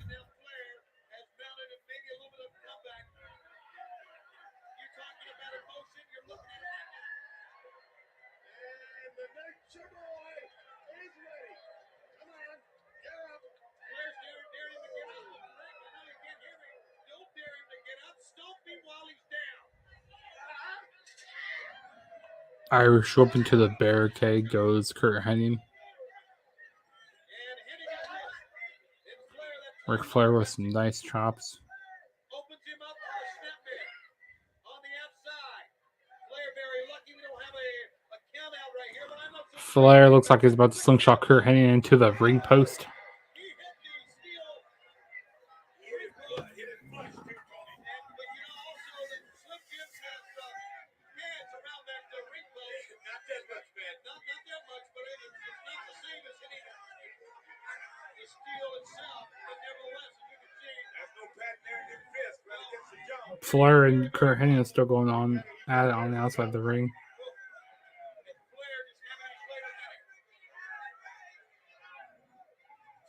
now fighting for every Horseman fan there's ever been. He has the weight of Arn Anderson and the Horseman that he disassembled not too long ago. Flair poked Kurt Hennig in the eyes. For the prestige that he and Arn Anderson and the Horseman developed and the standardization. And then another drop from Flair knocks Kurt Hennig down. Kurt Hennig said, "Nah, he's done. He's leaving. He's taking the U.S. title and leaving." Kurt Hennig said he's done with this match. But Ric Flair is going right after him.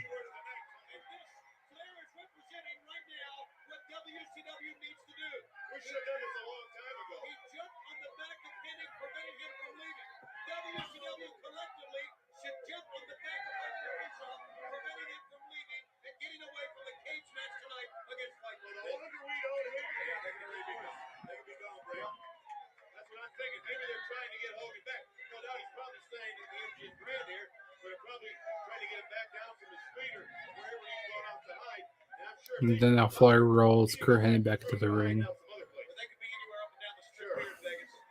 don't know.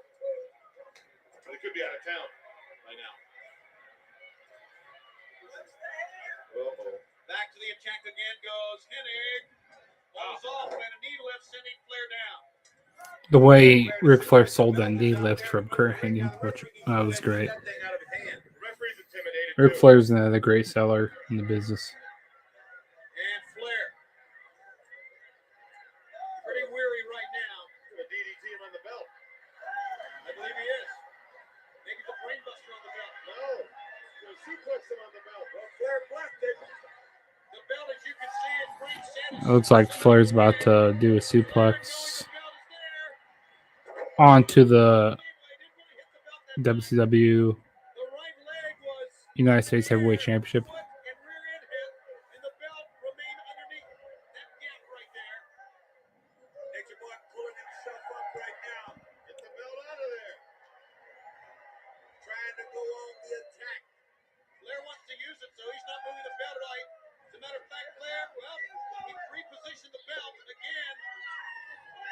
Ric Flair put Kurt Hennig in the tree of woe. And now Ric Flair grabs the WCW US Heavyweight Championship. US, yeah.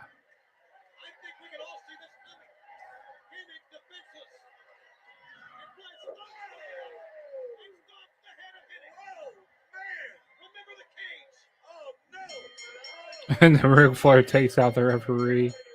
I think the referee just threw out the match. Yep.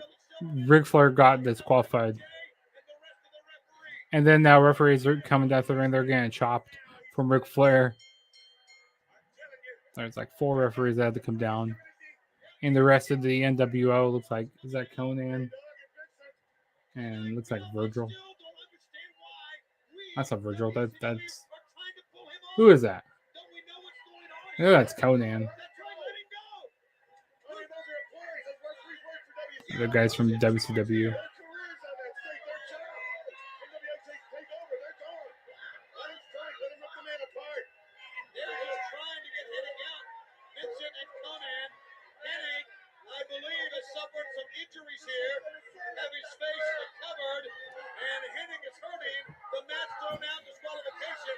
So yeah, Kurt Hennig won the match by disqualification. We're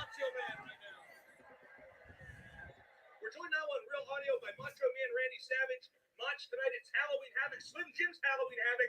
You and Diamond Dallas Page, Las Vegas, sudden death match. Absolutely. Got all the facts right. It's the end of the world for Diamond Dallas Page. And I just want everybody all over the internet world to realize that fact that I'm the #1 wrestler on this planet. And that seems to be misunderstood by Diamond Dallas Page. I'm so nervous I can't talk, but I'm going to get him tonight. What about the women? Kimberly here, Elizabeth here, will they get involved? I'm going to tell you something right now. Whoever wants to get involved is getting over-involved because I am the master disaster. Okay. That's going on our internet site, WCWWrestling.com. First time we have seen James J. Dillon since he was brutally attacked by Hulk Hogan, and he is standing by, Gene, with you and some information on this big story tonight. Good.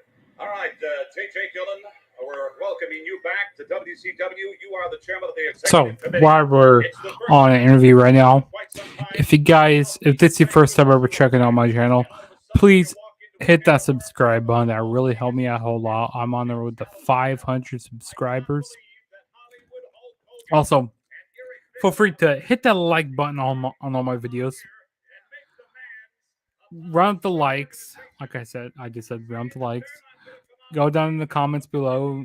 Tell me something about my videos or whatnot. Go down in the live chat below on this video. Talk to me. Also, turn on the notification bell to be notified every time I make a new video. So you don't have to wonder, oh, when's Juggernaut making a new video? Well, you know when I'm making a video because you have all my notifications. Like I said, once again, also share the video as well. Share this video. Share it to your mom, your dad, your aunt, your uncle, your grandma, your grandpa, whoever. Share it to your stepsister, your stepbrother, your step cousin, whoever. Just share this video and let's run up my subscribers. Like I said, I'm on the road to 500. I'm at 489 right now. So let's get me to 500.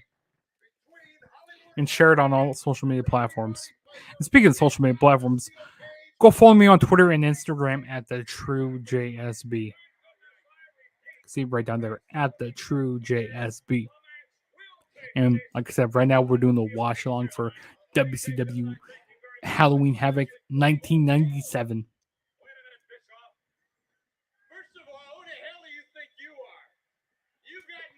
And currently, right now, we got JJ Dillon and Eric Bischoff doing a promo. You demanded certain concessions in writing, and I hope you can read, and if you will note, it's even duly notarized. I had an opportunity to take a look at that document. It is official. It has been notarized. You can't do this. You can't agree to that. You cannot agree. You do not have the authority. You do not have the stroke. Who the hell do you think you are? It is not going to happen. You can't do this. The difference between you and me is if I tell you something, I'm a man of my word. And if you see Sting tonight, it's going to be in your nightmares, and that's your problem. No way. Hey, JJ Dillon, one more thing. One more thing. What's the one more? I don't care about this. This is nothing. He does not have the stroke. He is not within his rights to sign a document like that. He is the chairman. He shows up. If he shows up here tonight, we want Nitro. NWO wants Nitro. That's the deal. All right. I think I would worry right now of getting Tim Hogan to that cage to meet Roddy Piper. A little fireworks here on Halloween. Right now, let's get you back to the ring and the Lobsman David Penzer. Ladies and gentlemen, introducing the special referee for the next contest. He has wrestled over 5,000 matches, is a two-time heavyweight champion of the world, and is the living legend of professional wrestling, Larry Sabisco, the special guest referee in this match. What's the next match we have here?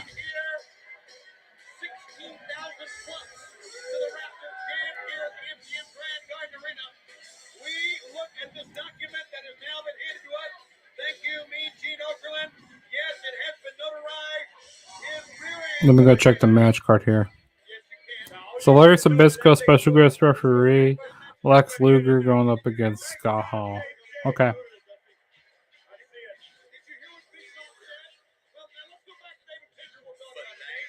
Introducing first, representing the New World Order, from Juliana, Florida, Scott Hall.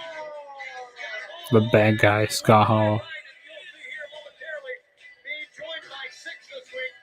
And 6 is in the corner of Scott Hall. And then after this, we got a couple matches left. Because we got the Las Vegas sudden death match. Randy Savage going up against DDP. And then the main event is in Steel Cage. Piper and Hulk Hogan. So, yeah, this show's just flying by.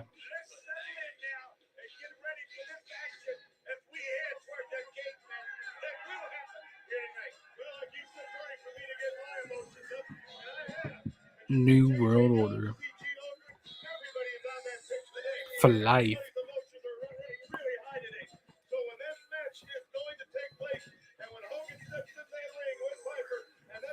New world order. Talk about the emotion.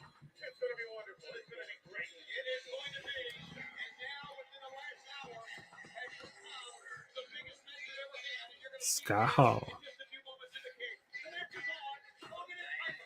All right. For life. The WCW is going to let down millions and millions of people, and especially all the people here in this facility here at the MGM Grand. They had to run. They didn't get what they wanted.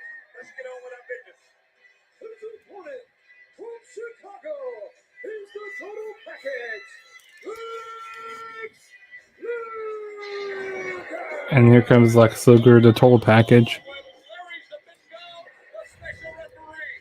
And there is genuine hatred between Larry Zbyszko and Scott Hall. That's right. Holy, hey, if you hear me. Larry Zbyszko won't record my bed. I'm going to call it down the middle. Can he do that tonight? If anybody can do it, Larry Zbyszko can do it. No nonsense kind of guy. Zbyszko So we got Scott Hall going up against Lex Luger in the total package. Scott Hall, which he believes he can do. And that will be the worst insult that the NWO, the Outsiders, the Wolfpack can ever have. Now, I think Scott Hall is going to test Zbyszko. I'm going to see, he's going to see just how much he can get away with. And Zbyszko said that he hates Scott Hall. He also said he likes Luger. I know he does. I hope Luger doesn't try to get away with too much. Because Larry says he's going to call it down the middle. And he is.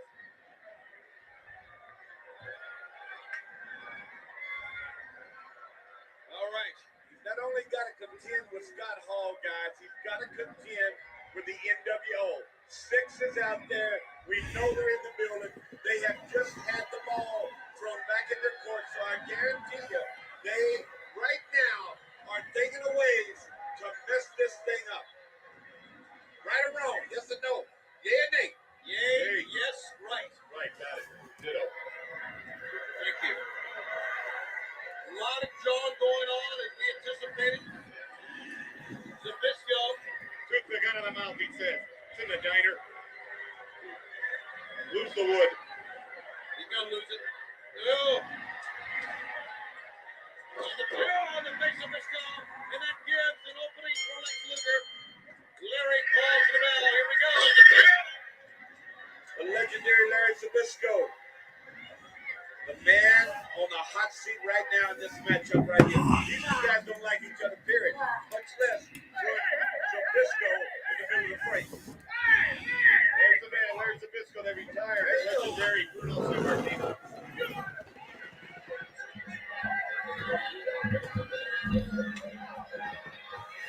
Scott Hall backs away, but Zbyszko forces himself in this match. That's what he's got to do here. He has to physically get involved. I don't mean hit somebody.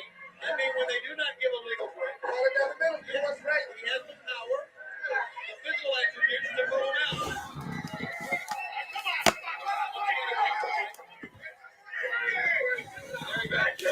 Okay, I had to take off my headphones for a little bit. They have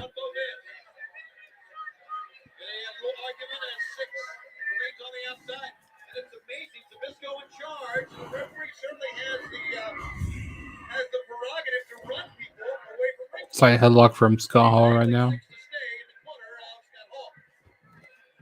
Side headlock by Hall here. Well, after what we've heard and what just went down, I know it's going to be hard to keep the NWO away from ringside or anything. So, you know, he feels comfortable with what he's got going in there and the duties he has at hand. That's what he needs to stay steady on. You know, Dusty, all the matches I've had in my career and you've had and you've been involved in, you ever remember anybody at all saying they were going to leave unless their demands were met? They were going to walk out on a sold-out capacity event like this? It was a statement that made the world stand up. That is If you guys are joining me right now, feel free to go down in the live chat below. And also, you guys can, if you guys want to turn on your Peacock right now, you guys can sync up with this time. You guys can watch the rest of Halloween Havoc with me, and we can watch the show together. If you guys are wondering what this clock means up there, that's the time I'm at. So you guys can sync up with me, and we can watch the rest of Halloween Havoc. So we're at 1 hour, 46 minutes, and 13 seconds.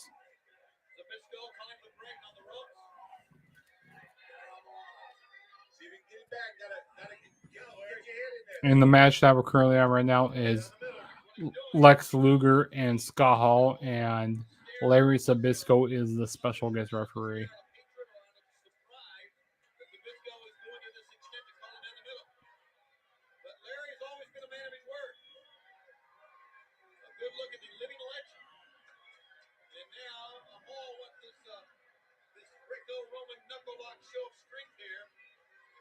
Lex Luger, and you can just look and see that Luger hasn't lost many of those. Scott Hall is a very talented individual, very cagey as well. He knows what he's doing in there. Ray, what do you think about the slow start of this thing? You know, there's a lot of shocking competition here. They really got a slow pace going right here, and I think that's because of Larry Sabisco being there in there as special referee. Exactly, and he's watching everything very closely. He's watching six on the floor, and he's calling it the same for Luger as he is Hall. But you're right, it is a slow pace. Kind of a slow match right now. Like commentary saying, this is a very slow paced match right now. Luger, he wasn't breaking. He knows Sabisco will get in and push you away. I think they will both want to see exactly what they can get away with. There's a lot of pain being applied right here by Scott Hall. Tremendous athlete. Make no mistake. But next week's a pretty big week of wrestling. Next week we got Monday night, the go home show. Next Monday we got the go home. Well, this Monday we got the go home show for Crown Jewel, because Crown Jewel is gonna be on Saturday, which is gonna be cool. So that's gonna be on Saturday. And then we got NXT this week, of course. We got Dynamite on Wednesday, which I'll be doing watch along for that with the Flex Zone podcast. So stay tuned for that.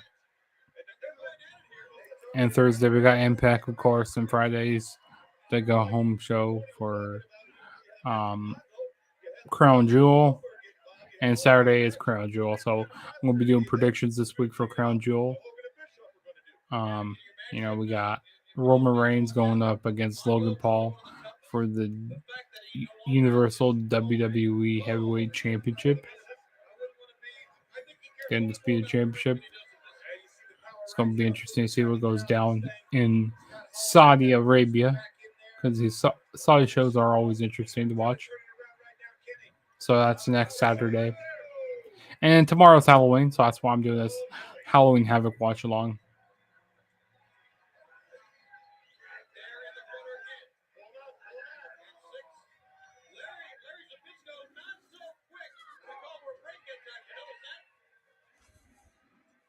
But overall, this Halloween Havoc is a really good show. I never watched this. Like, I watched bits and pieces of the show. Like, I watched the Rey Mysterio and Eddie Guerrero match, that Cruiserweight Championship match. But that's really the only thing I really watch from this show. I haven't watched this show. Yeah, I haven't watched this show in its full entirety. But Scott Hall just hit a big clothesline. Very slow paced match. Like, these two guys are very big.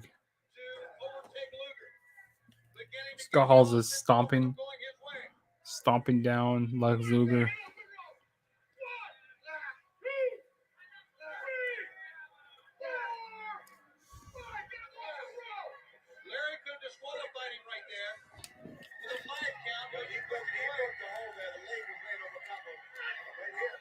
I'm gonna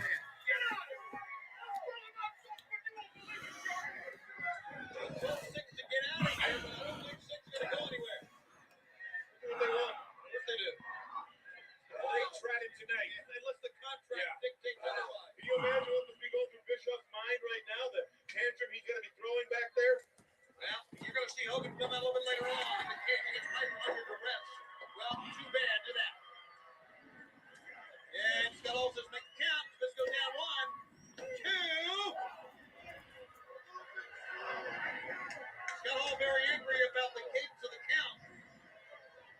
Well, as long as he's putting that torture rack. Yeah, as long as like the strike zone, if you're consistent for both players, then that's all right. Scott Hall picks up Luger. Power. Luger's a big man at 280 in the 1, 2.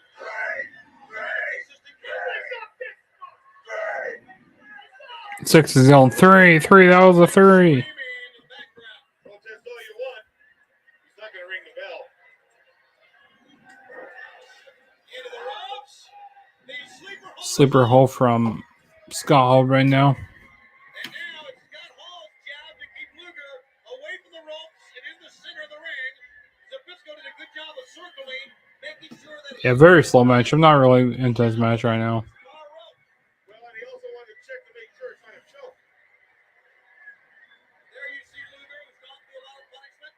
Scott Hall has that sleeper hold on. Zbyszko circling the man, doing a great job of refereeing here. And Luger went down to one knee.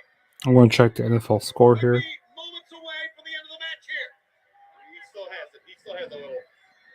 Well, let's see. Zbyszko checking now. Yeah, he's right in front. Looks like the Buffalo Bills are about to beat the Green Bay Packers. Around the chin, the side of the head, not on the throat. Larry Zbyszko makes sure. Luger, how Yeah, there's only 6 minutes left in the fourth quarter. early part of this match. And Scott Hall has it firmly clamped on. My Kansas City Chiefs been on a bye this week. Kick him again. Yeah, he did. So Zbyszko did. I really believe Scott Hall has on a sleeper right now onto Lex Luger. like he said, he's got some Lex Luger is fading. sure does. And stays up after the three. He's coming alive. Lex Luger ready to come back. Next week, my Kansas City Chiefs play Sunday Night Football against the Tennessee Titans. And then Lex Luger got out of the sleeper hold by hitting a belly to back suplex.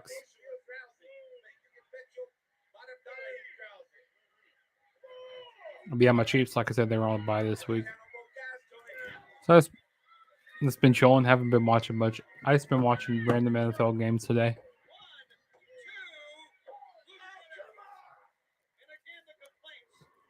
I was hoping the Bills would take a loss today, but no, they didn't.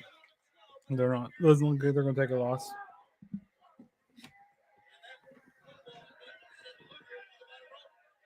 You gotta watch six now. You know he's out there running free and wild.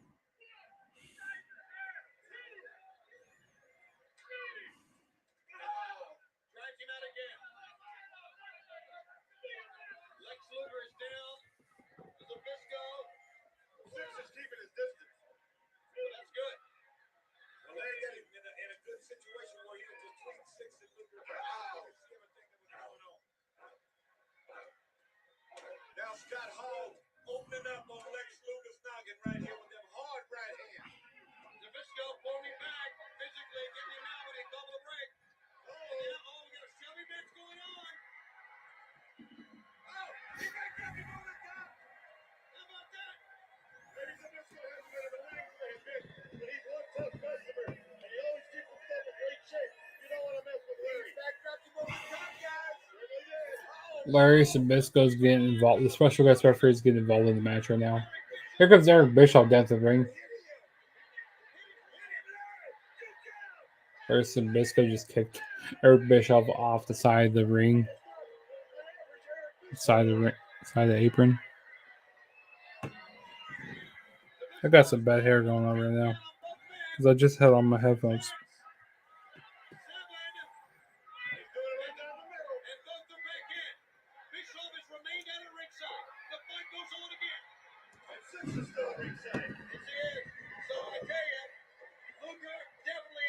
What's up, Jordan Davis? Thanks for stopping by, man. Appreciate you for joining the stream tonight.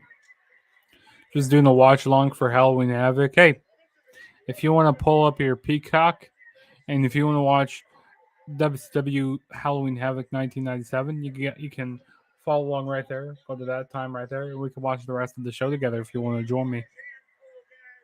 And we can talk about the rest of the show. But thanks for joining me.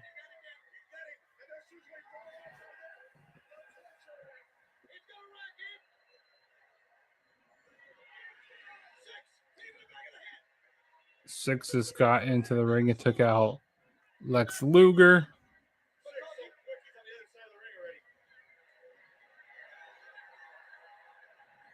And then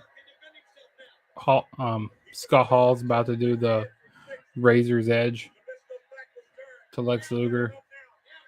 Razor's Edge.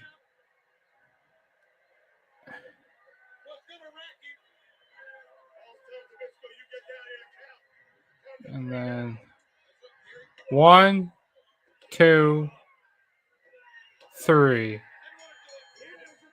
Scott Hall beat Lex Luger.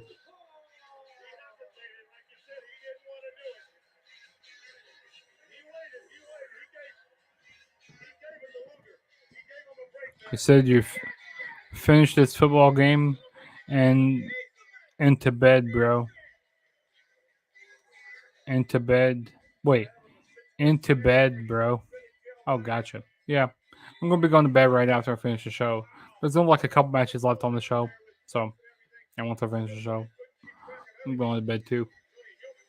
But since, I feel like doing a Halloween Havoc watch along because I'm like, you know what? Tomorrow's Halloween, so why not do a retro WCW pay per view watch along? Which I'm going to be doing more of these retro pay per view watch alongs. Like in the month of November, I'm going to do some for Survivor Series.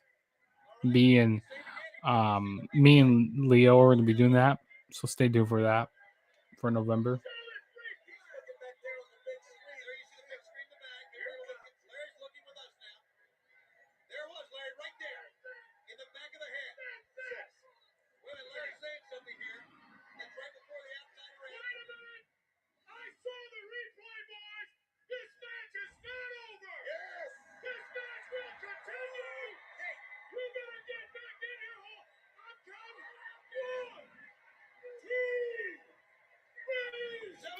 Jordan, you said that I'm not a WCW person. Hell yeah, watch alongs. Yeah, but I'm gonna be doing. I'm not much of a WCW guy either, but this is a classic WCW pay per view.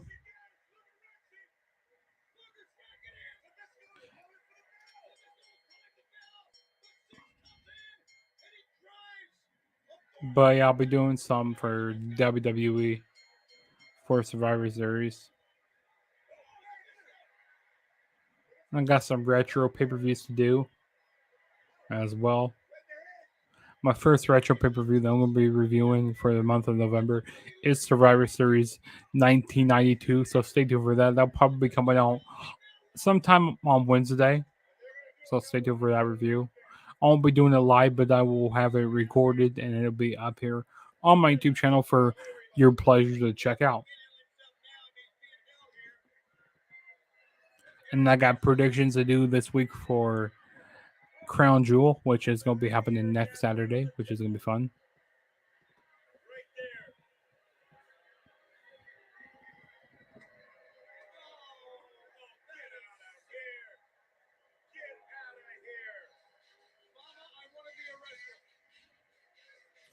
Good thing you didn't say 97.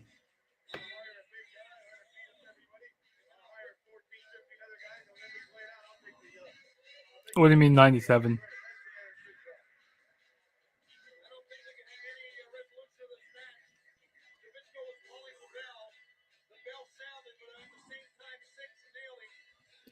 Oh no, you mean good.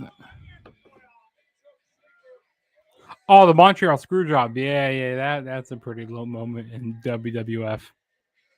Which I'm gonna be reviewing that this year. I'll be reviewing that. I'm gonna try to review a lot of them. I did a lot of them last year, which you can go check my playlist of all my retro pay per view reviews I've done. I've done like 88, 89. I don't remember, or maybe it was 89. I don't remember when the first Survivor Series was. Let me check real quick.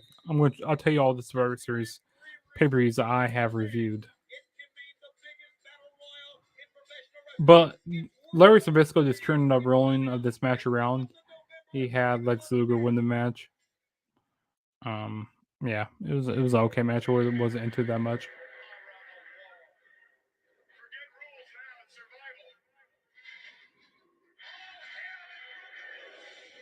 Let me check real quick.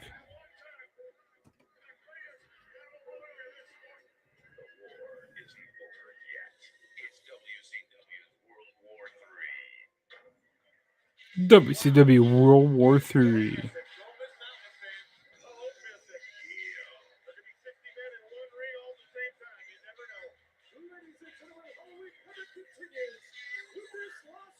So yeah, I did 1987. I've done 1988. I've done 1989. I've done 1990, 92, 95, and then 2001. Those are all the Survivor Series that I have reviewed.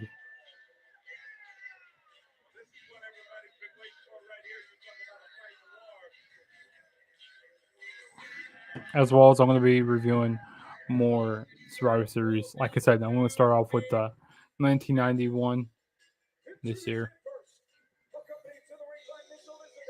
And also, if you guys want to see me review any Survivor Series, go down in the live chat or hit me up on Twitter or go down in the comments below what you want to see me review. But the next match we got here is Randy Savage. Who's he going up against? I think. Oh yeah, Randy Savage going up against DDP.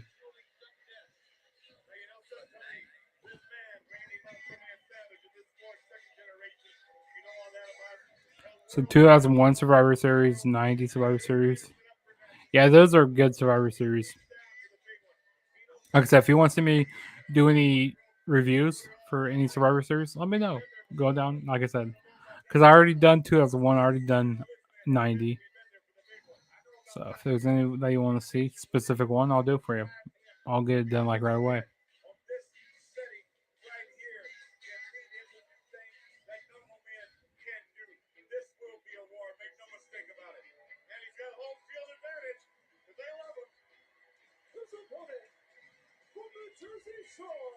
He's the master of the diamond cutter. 2002, where Michaels won the title. That is a very good Survivor Series. That's probably one of my favorite Survivor Series of all times. With the Elimination Chamber, that's the first ever Elimination Chamber match. Yeah, definitely. I'll get around to doing that one. I might do a watch along for that one because I was talking with Leo and he said that he wants to do a watch along for that show. So I'll probably do a watch along for that one. But yeah, also feel free to share this video with your friends. Share it on all social media platforms, whatever social media platforms you use, like Facebook, Twitter, Instagram, Snapchat. Share my video because I am so close to 500 subscribers.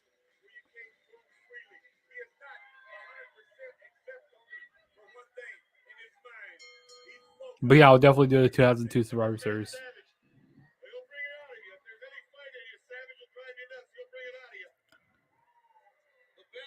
When's that one? Sorry, it's late to start Peacock and watch WCW.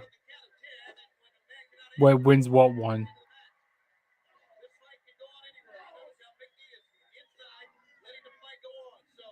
When's what one?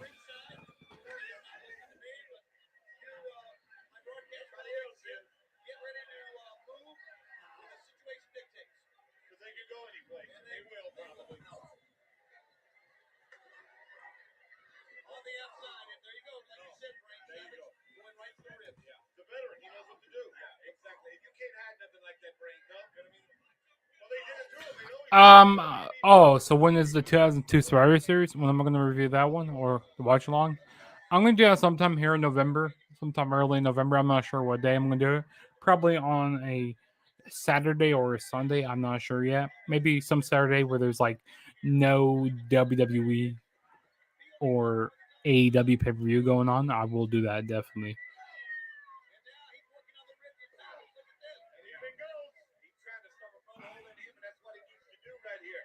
But yeah, sometime in November here.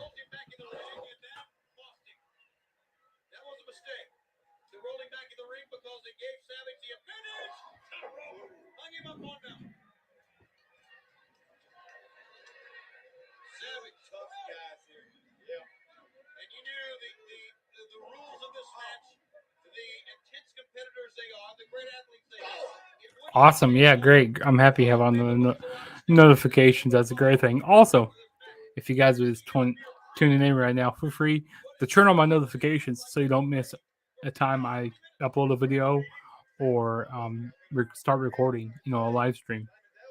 So, yeah, turn on my notifications, just like Jordan has on my notifications.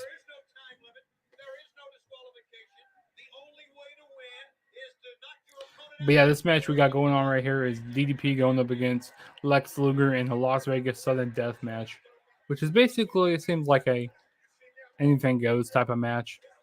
That's what this match is basically right now.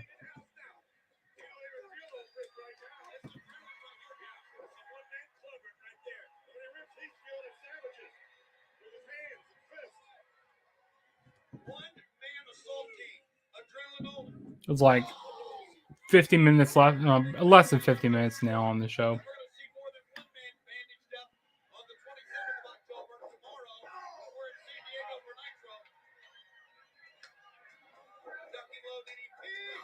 Double clothesline from DDP and Macho Man right now.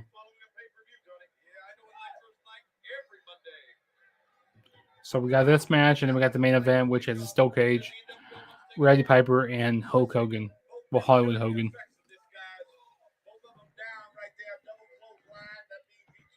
Yeah, but does anybody have anything going on big for Halloween tomorrow?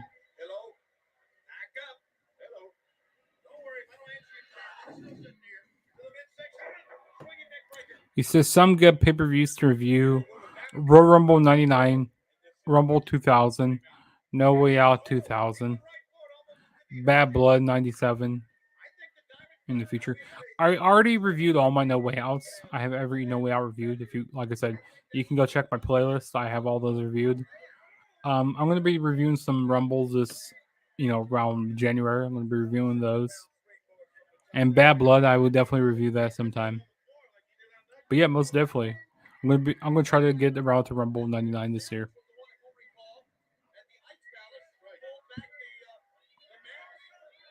As well as Rumble 2000.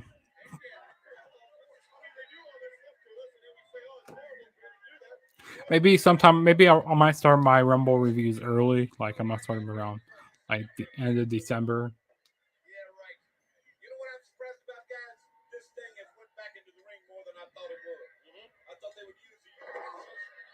But yeah, I just love going back and watching old, like these retrospect pay-per-views, like going back and like reliving these moments I never was able to watch and stuff.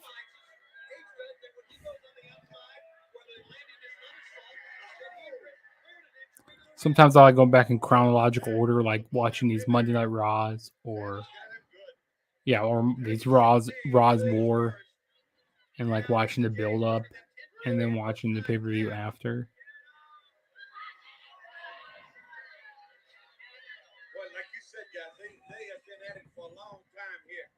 He said Rumble 99, Rock versus Mick Foley, I Quit match, gold.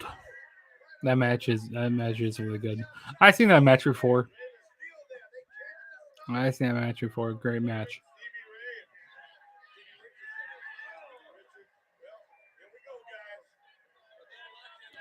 He said he's seen most Raws from 2001. Great time in WWF. Great time. You had the whole invasion stuff going on towards the end of, towards the end of the year. And now we got Macho Man and DDP going into the fighting in the crowd right now.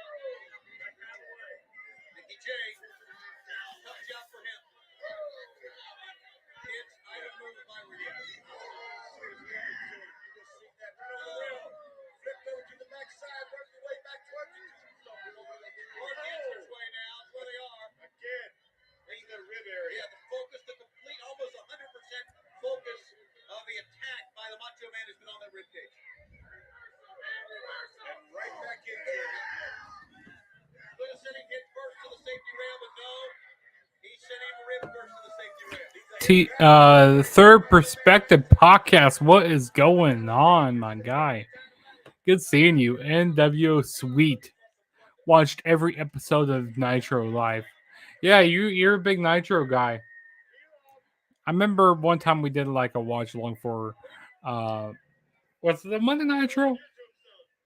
I can't remember, but hey, I had to go back and watch this historic pay per view because, I mean, these Halloween Havocs are usually all historic, like these like really early ones and these late ones here.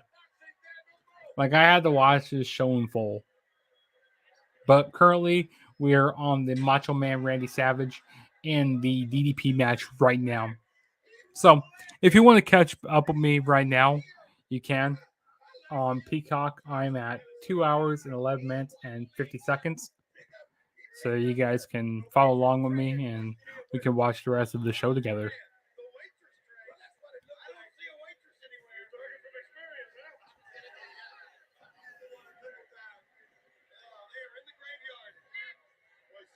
But yeah, this is a pretty historic show.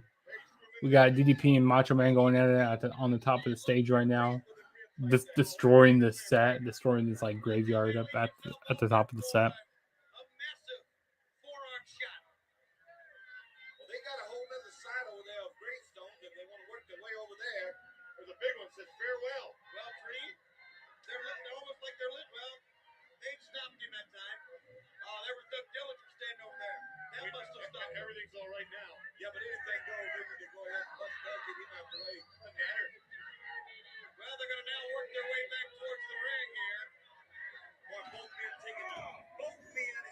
So the main event for this show is you have a steel cage match between Rowdy Piper and Hollywood Hulk Hogan. As you can see right there, the graphic I have on the screen, Hollywood Hogan and Rowdy Piper in a steel cage.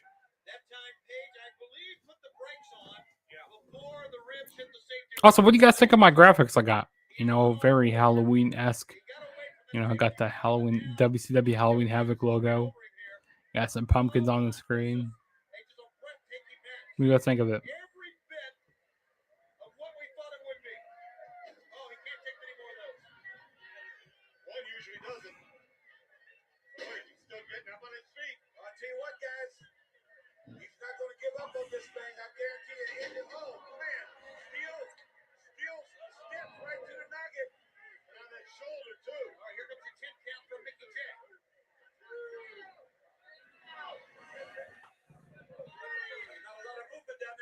Hey, I appreciate the graphics I made. Like I said, I mean, Halloween isn't my favorite time of the year, but I do like watching these like gimmicky pay-per-views. It's fun.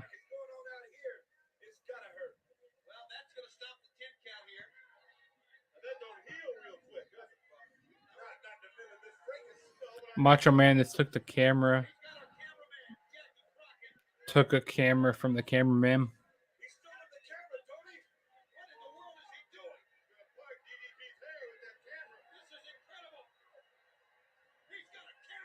Tony's Divine said, "This is incredible. He got a camera." That's funny.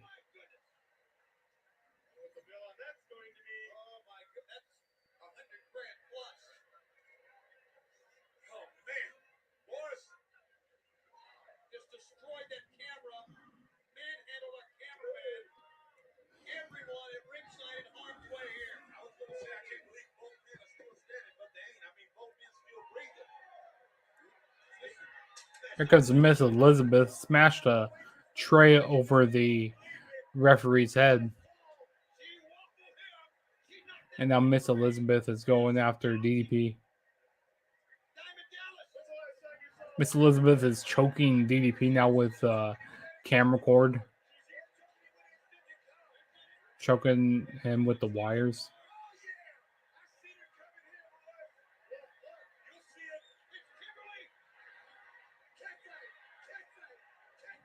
Here comes Kimberly down to the ring to take out Miss Elizabeth.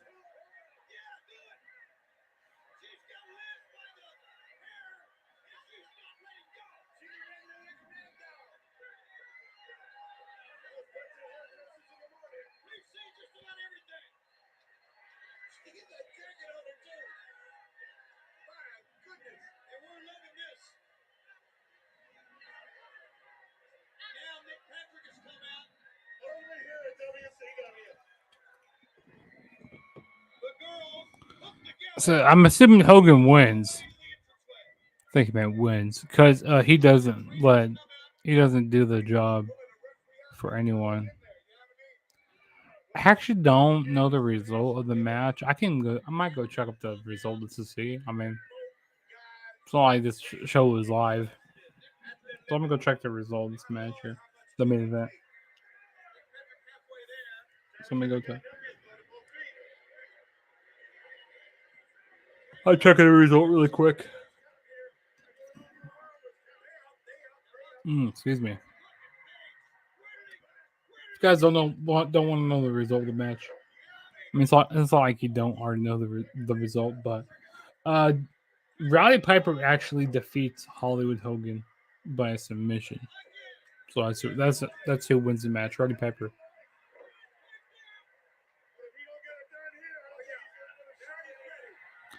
He said, "Don't ruin it for you." Hey, I don't mind. I don't mind ruin. See who the winner is.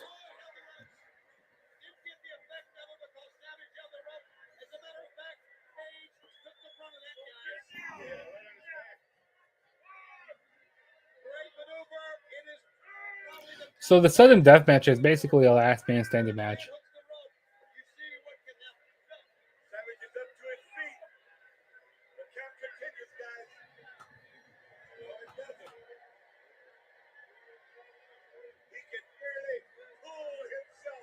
Got Randy Savage going to the top rope. Looks like he's about to hit the elbow.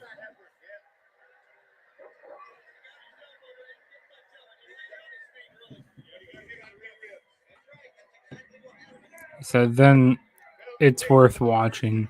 Hey Hogan. Yeah, I'm not sure much people like Hogan, after all those racist remarks, what he said.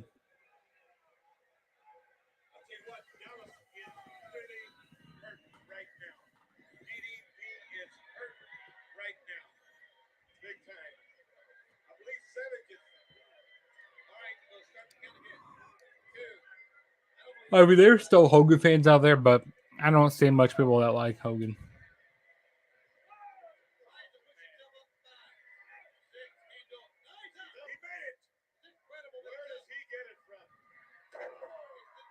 Macho Man just hit a scoop slam onto DDP.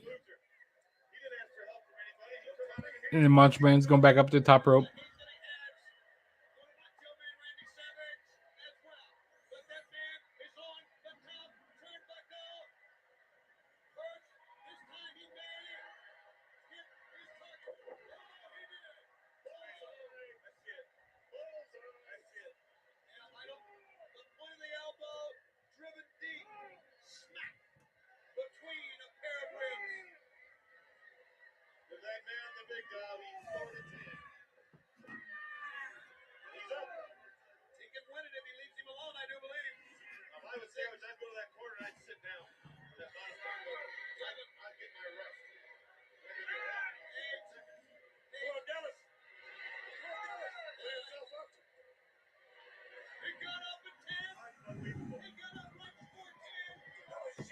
Well, Packers lose. Yeah, I'm not surprised that the Packers lost. I was hoping the Packers will win, but because I'm not a Bills fan, because my favorite team back there, the Kansas City Chiefs, which they were on a bye week this week, so I really, didn't really have any NFL teams to watch. I mean, I watched the Dolphins and the Lions play. I also watched the Niners and the Rams game a little bit. But other than that, really wasn't like really into much games today.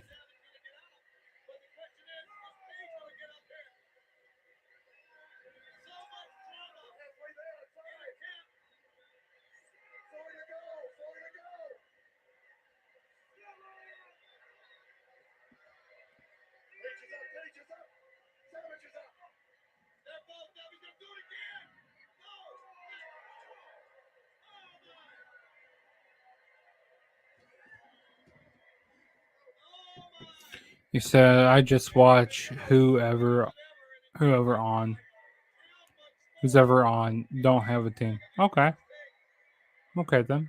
I mean, that's respectable. I respect it. Oh, here comes Sting out of the ring with his baseball bat. About ready to take out DDP.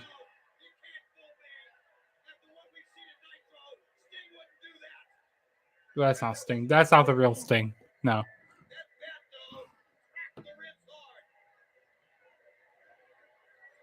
going nowhere. No, not at all. Not now.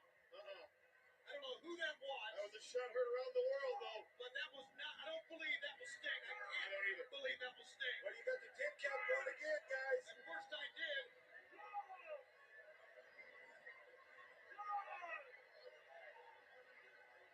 Look, Page trying to use the apron of the ring and pull himself up. Page isn't going to make it. No, he's not going to make it. Savage will make it. Savage is up. He's not going to make it, guys. Now, Savage should be in the NWO did. So Macho Man just won the match by help of a Sting imposter, which it wasn't really Sting. It looked like Sting, but it wasn't Sting though. Oh yeah, Macho Man Randy Savage.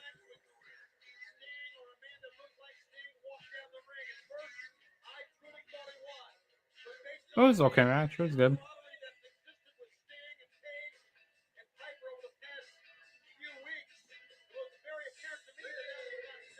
Sweet.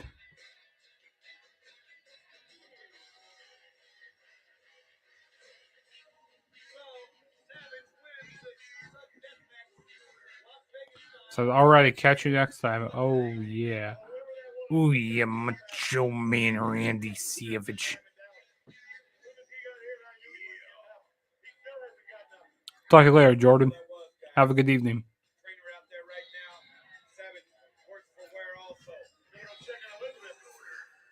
And right now, we're almost done with the show. We're going to be starting the main event here in a little bit.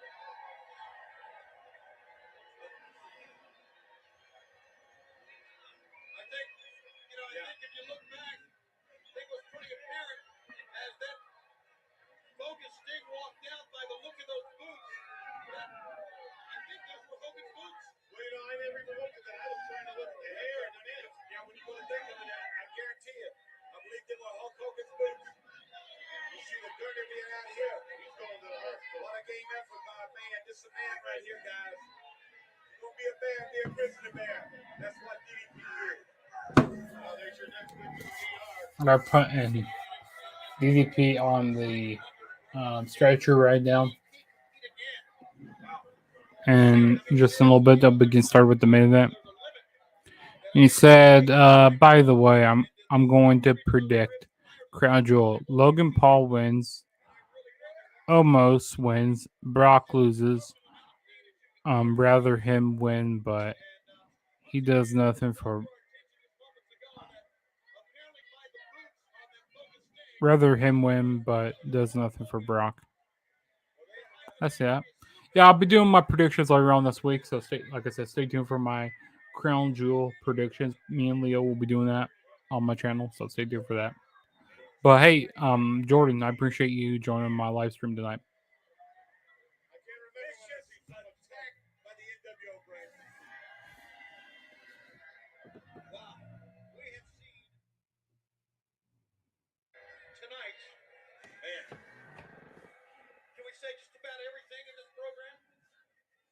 Separate cage match, and we're getting ready to see that right now. Hollywood Hulk Hogan, Eric Bischoff earlier tonight said, if you can guarantee WCW can guarantee that Sting will not arrive, we'll wrestle. If not, we're going to leave. So the Rock's daughter came to NXT. I saw that last week. I saw that. What was her name? Something Rain or something like that. Yeah, she's part of the Schism. I think that's pretty cool.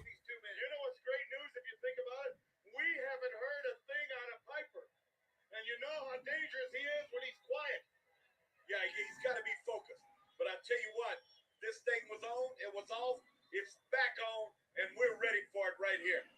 We are so excited to be able to bring you this cage match in the midst of all that's going on.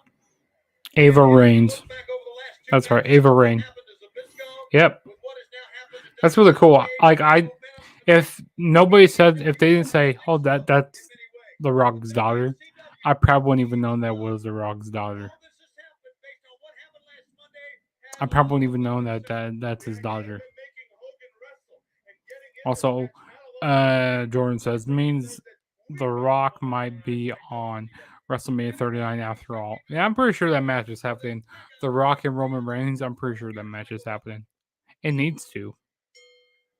I don't think it needs to have. They need to have the title around the match, but I'm pretty sure the match is gonna be happening. WCW Halloween Havoc Rock and Roman Reigns main event at Mania. of the evening. This match is sanctioned by World Championship Wrestling and the Nevada State Athletic Commission. This will be a steel cage grudge match. There are no rules. The survivor, if there is a survivor, will be declared the winner. Are you ready? I am. You're right, Tony. Wrestling fans, are you ready?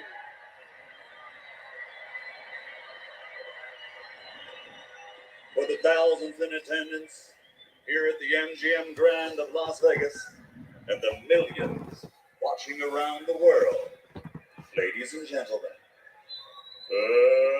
let's get ready to rumble! Let's get ready to rumble. The cage awaits. I'm standing for this one. The final conflict Here comes Hollywood Hulk Hogan. of the greatest New World Order. For life, for life. I feel like this show has just flew by. And here comes the steel cage to the ring.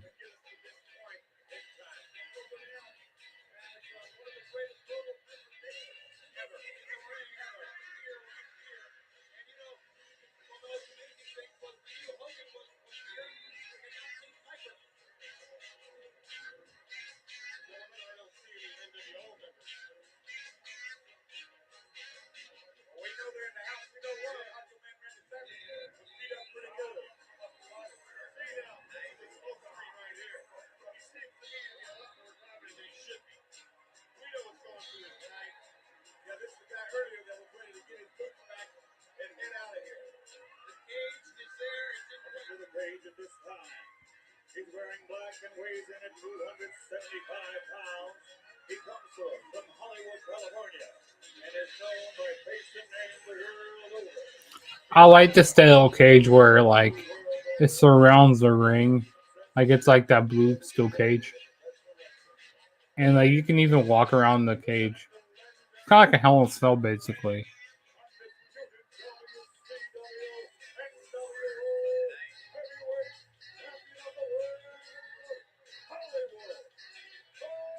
But like you can walk around the outside of the cage.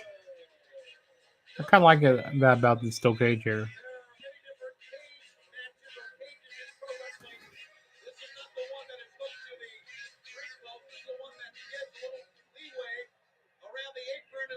Yeah, because this steel cage isn't hooked to the ring post.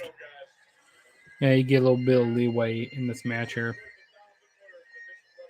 Where you can walk around the outside of the ring. Even though you still be inside the cage.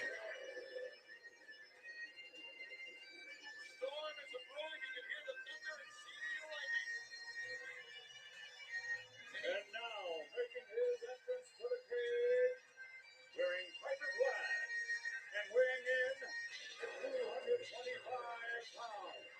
He is a native of Glasgow, Scotland, who now resides in Portland, Oregon. He comes to this cage match representing no wrestling organization or affiliation, as he is true the Lone Wolf Professional Wrestling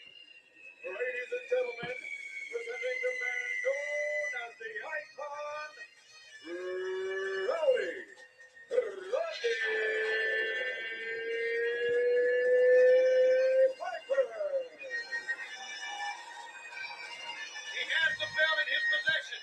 Although, as you know, Hogan, as you heard Michael Buffer say, is still the champion.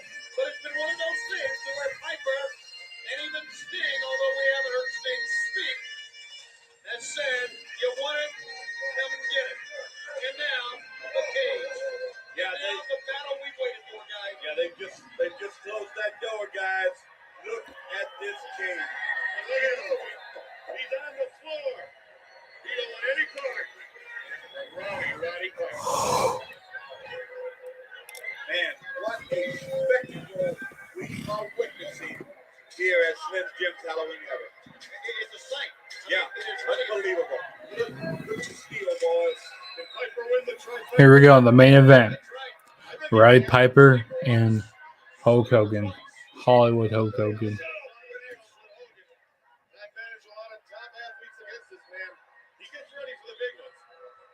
He's been in all the big ones. And to be what we want to happen, he must be beat in this cage match tonight. The door locked. And Hogan, as we have seen with the NWO many times, has run. Well, it's locked shut right now. And Piper just waiting for him in the ring. He don't look too confident now, does he? He's not playing his guitar right now, is he? No, he's not. He's running. Piper gives chase. Hogan gonna try to climb out of here. Yeah, right away. He's going for it. Piper's whipping him. Piper's got a belt or something. Hulk Hogan's trying to escape the cage. And now he takes a big old chop. Yeah, he's about him right there where he sits, boys. Roddy Piper's just biting him in the keister right now. From the get-go here. Hold up for teeth. That guy was Hulk Hogan's headband. The fight to the finish. Between Hogan and Piper. Take chunks out of it. Piper's just stalking him. That's what he's doing. He's stalking him. Piper has no intention of making this any simpler. Piper's just biting Hulk Hogan on the face right now. And this is what he does best. He never says he wrestles a man. He always says he fights a man. Notice that. He's ready to fight. I comes to fight, he says. I comes to fight, he sees. Roddy poking Hollywood Hogan in the eyes. And he looks in great shape. Of course he does. And in a match like this. Oh, he seems more comfortable brain in this situation than Oh, Hogan yeah. does. Oh, yeah. You guys notice something here? What is that? There is absolutely, unless I missed it, No, you're no right. referee. Piper boxing the ears of Hollywood Hogan. This represents WCW, NWO. There is a referee on the outside as we look at Randy Anderson, but he's going to have to call him off. And now Piper pummeling Hollywood Hogan. This is what he does best. This is where Piper was raised, in the streets, in the alleys. Grew up, started this sport when he's 15 years old. A hard fight is nothing new to this man. He'll climb to the top with you, too. Fight him again. That's right, fight him again. Oh, or do that. Hogan's trying to escape, but escape the cage. Anything illegal. But Piper low blowed Just in there. Hollywood Hogan as he was trying to escape. Piper said, you saw at the beginning of our program.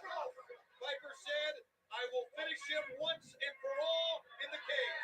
And here is one of the reasons. What's that one promo that Piper always used to say? You have to be a half animal to get in a cage like this. Oh, he tasted the steel first, guys. You know, this isn't like that cyclone fence. This is My hands are greasy for some reason. My face is kind of greasy right now, a little bit. But now it's Hogan on the offense here. Stomping Piper. And let's also let you in on something. There is a steel beam that runs at the bottom of that ring post that connects all the ring posts. The back of Piper's head was up against it. Well, here it is. And he's going to try to escape the cage. If he can get out, it's going to be Just when you think you have the answers, I change the rules.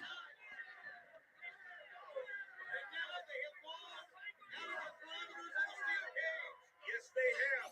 Just when you think the answers, just when you think you have the answers, I change the rule or answers. And look at the eyes of Piper right here. Again. That time he lands on the block. That time he missed with it. Oh, he did that time. The left arm caught between the steel beams there. Hogan is going to drive in to the safety rail. And drive him he did. That's it. Hulk Hogan said, "That's it. I'm out of here. I'm done with this match." What's going on here? What do you mean you're out of here? Yeah, run away from it. It's what you wanted to do all night. Hulk Hogan is trying to run away from his match here.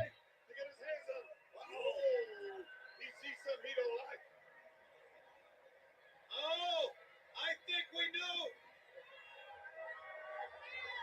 Well, at least you never know. You never know. I mean, you know what we And here comes Sting. What is supposed to be Sting. dressed up as Sting, apparently. And I can only assume that this is Sting holding Hogan in place. As they go back to the cage. And Slim jumps Halloween. Put him back in it. Absolutely put him back in it. Oh, look at this. Slamming it. Piper slamming Hogan in the door. Sting's still making his way towards the ring. Sting, as we said before, making Hogan stay. As Randy Anderson locks the cage again. Look at Piper. Yeah, pulling himself up right here, guys. Now they're both locked in the cage again. So apparently the match has to be won by... Does that have to be won by climbing over the cage? Hogan says, "I'm out of here again."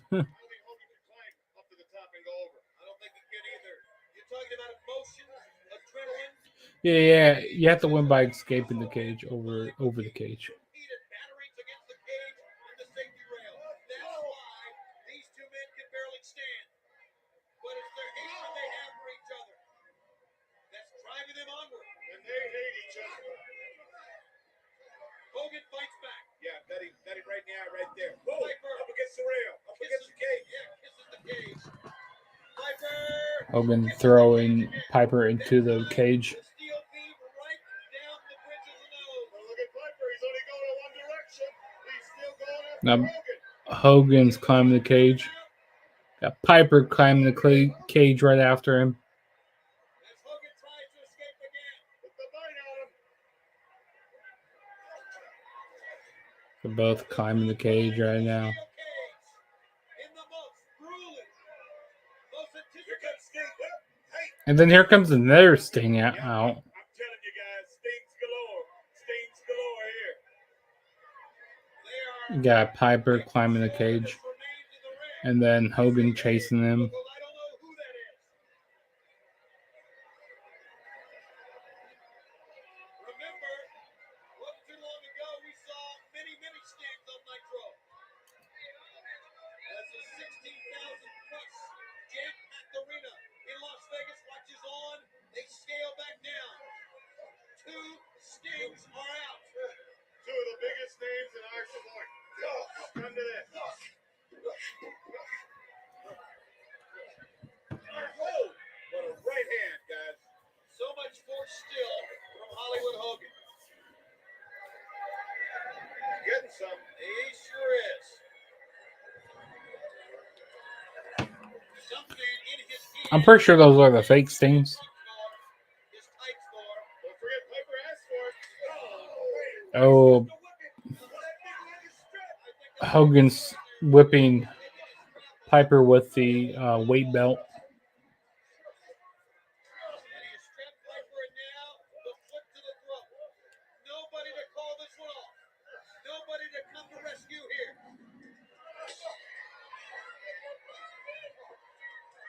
Hogan falls off and flattens Roddy Piper. And like you said, a lot of force behind them right hands right here. I told you Hogan's been here before for the big ones. You didn't think he'd come back, but he's Hogan's just slapping Piper on the ring mat.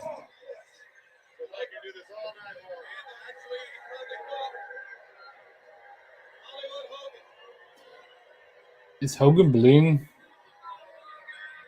He's leaving. He is. Trying to climb out of it. I don't know if Piper can get to him. Well, Piper's in a bad mess right there. Laying in the middle of the ring right there. Hogan's climbing the cage now. Hogan's about at the top of the cage. This is a pretty large cage.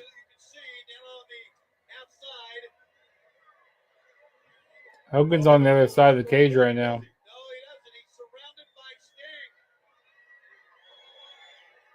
Look at this. He's getting stuck right there. What are you doing? There's no place for him to go. Not at all, but back up to meet Piper. Look at this. They're on either side of this cage. How high up do you think they are? Another 25 feet, maybe. And now Piper's to the top of the cage, and Hogan's trying to scale his way back in because Sting is standing at the bottom. Apparently, that's the real Sting. I don't know if that's the real one. And then another Sting comes out to the ring. And then you have another Sting coming out.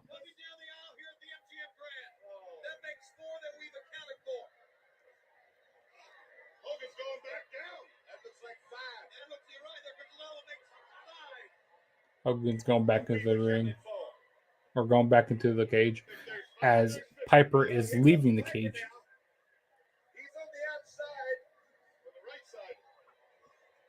Piper trying to get to the floor first here. That's a long jump, guys. Serious injury right here. And now Hogan is scaling back up the cage, trying to stop Piper from leaving, because Piper is on the opposite side of the steel cage.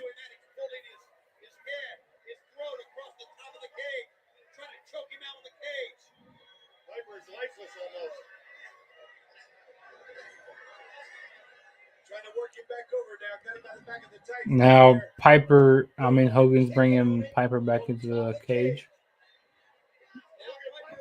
Piper's on top. And Piper's coming back into the cage. In, out, out. Both guys are trying to leave.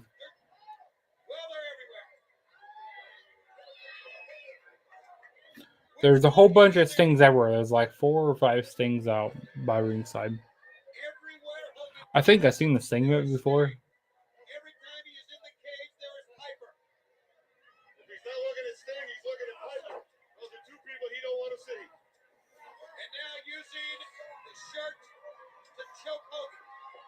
Hogan's got the world title belt. And Piper just gets belonged.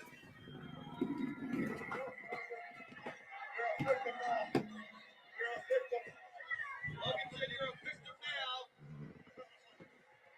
Well, he's dragging him like a piece of meat right there, guys. Standing over him now. Oh, look at this. Into the belt. Down in the back of his head. Talking about a migraine.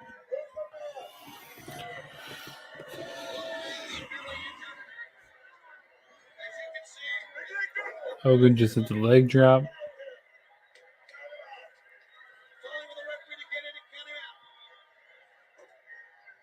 Hogan just hit an air leg drop. 1, 2, kick out.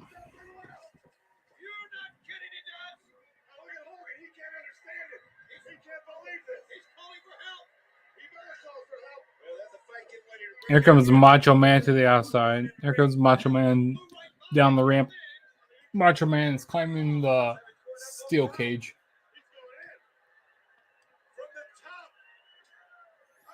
And Hogan is holding Piper. What's Macho Man about to do? Macho Man, oh, he missed the elbow drop. He got Hogan instead. He was trying to get Piper, but he got Hogan. Piper has a slipper on Hulk Hogan.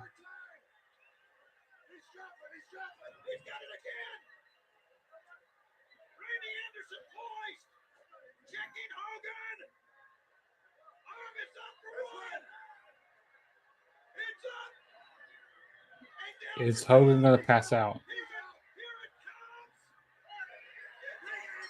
Hogan passed out to the slipper hold of Rowdy Piper. Once again, Piper has come through. Eric Bischoff shoved past a Sting to come in the ring. He's moved to the other side, guys. Watch out. He's checking over Hogan, who's hurt. Hunter, take him. He's yours. Bischoff said, take him. He's yours. Oh. One of those Stings. Run into the ring now. Obviously a bogus Sting in the ring.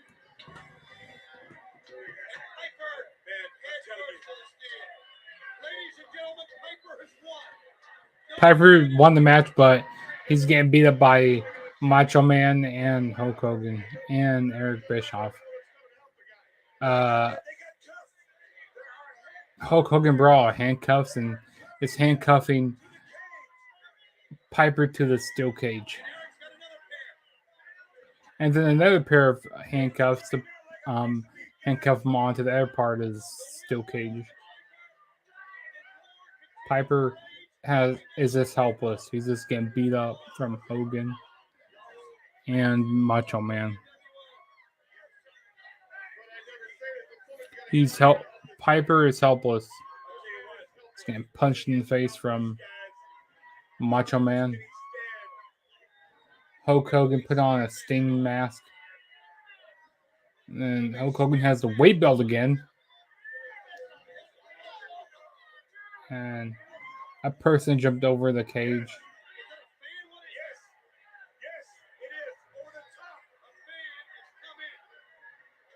A fan has jumped the cage.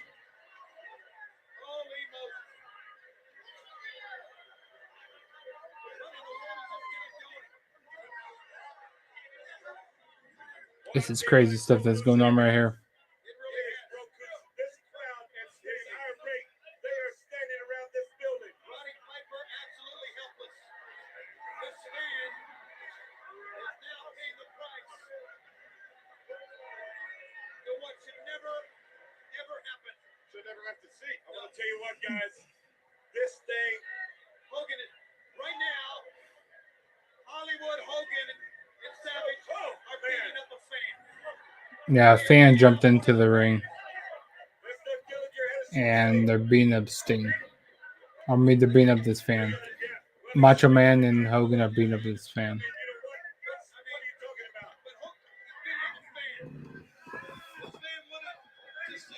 I don't know if that was for the storyline, or I don't know if this was actually real, or if this was a plant. I don't think anybody would just jump into the crowd. I mean, jump into the ring, but you never know. Fans back in the day. I mean, there are some crazy fans that will probably jump into the ring.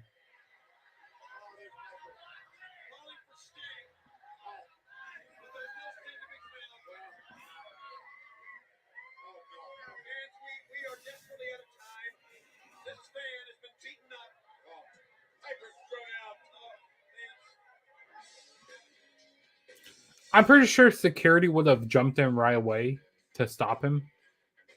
If it wasn't if it was just a fan that jumped over the barricade. I mean, jumped over the barricade. So I think that guy was a plant in the crowd. If someone wants to go down in the comments or the live chat below, tell me if this was a plant or if it wasn't. I don't know. But yeah, that was WCW Halloween Havoc 1997. This was my watch along for the show. I'm gonna let this time run out here. Because I don't think there's anything else on the show. It just shows like some end credits. That's cool how they do end credits for WCW. But overall, it was a good show. I enjoyed it. It was a fun show to do a watch along for on this Halloween Eve. the night before Halloween. So I'm happy I did this.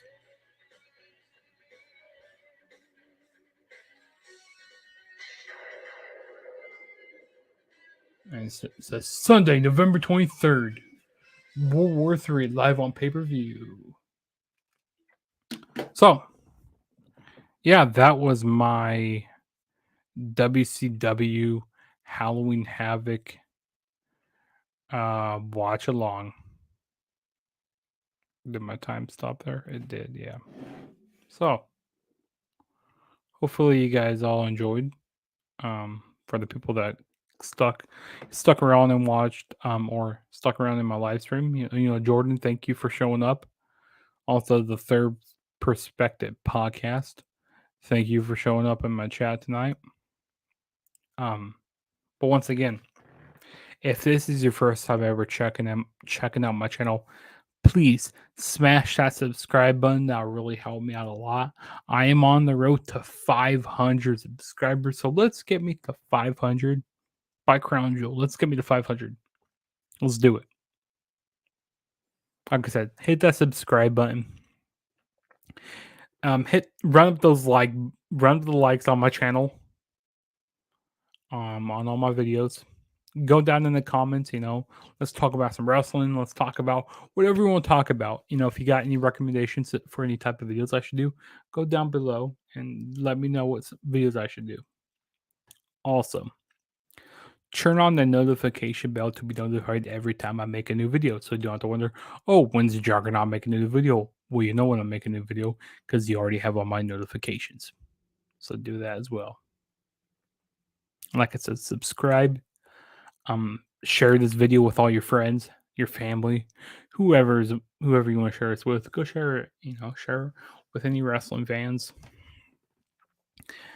And like I said, follow me on my social media platforms, Instagram and Twitter at the True JSB right down there.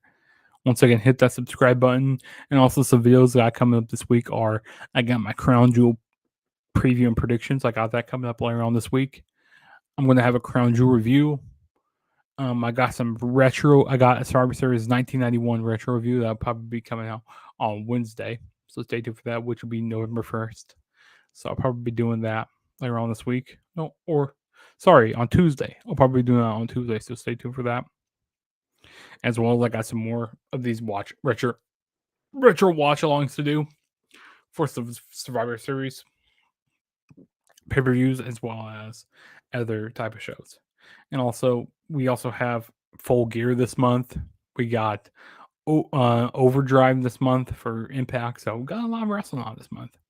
And then we're on to December. So, hey, this year is just flying by. We're almost done with 2022. We're going to be going on to 2023 next year, which is crazy.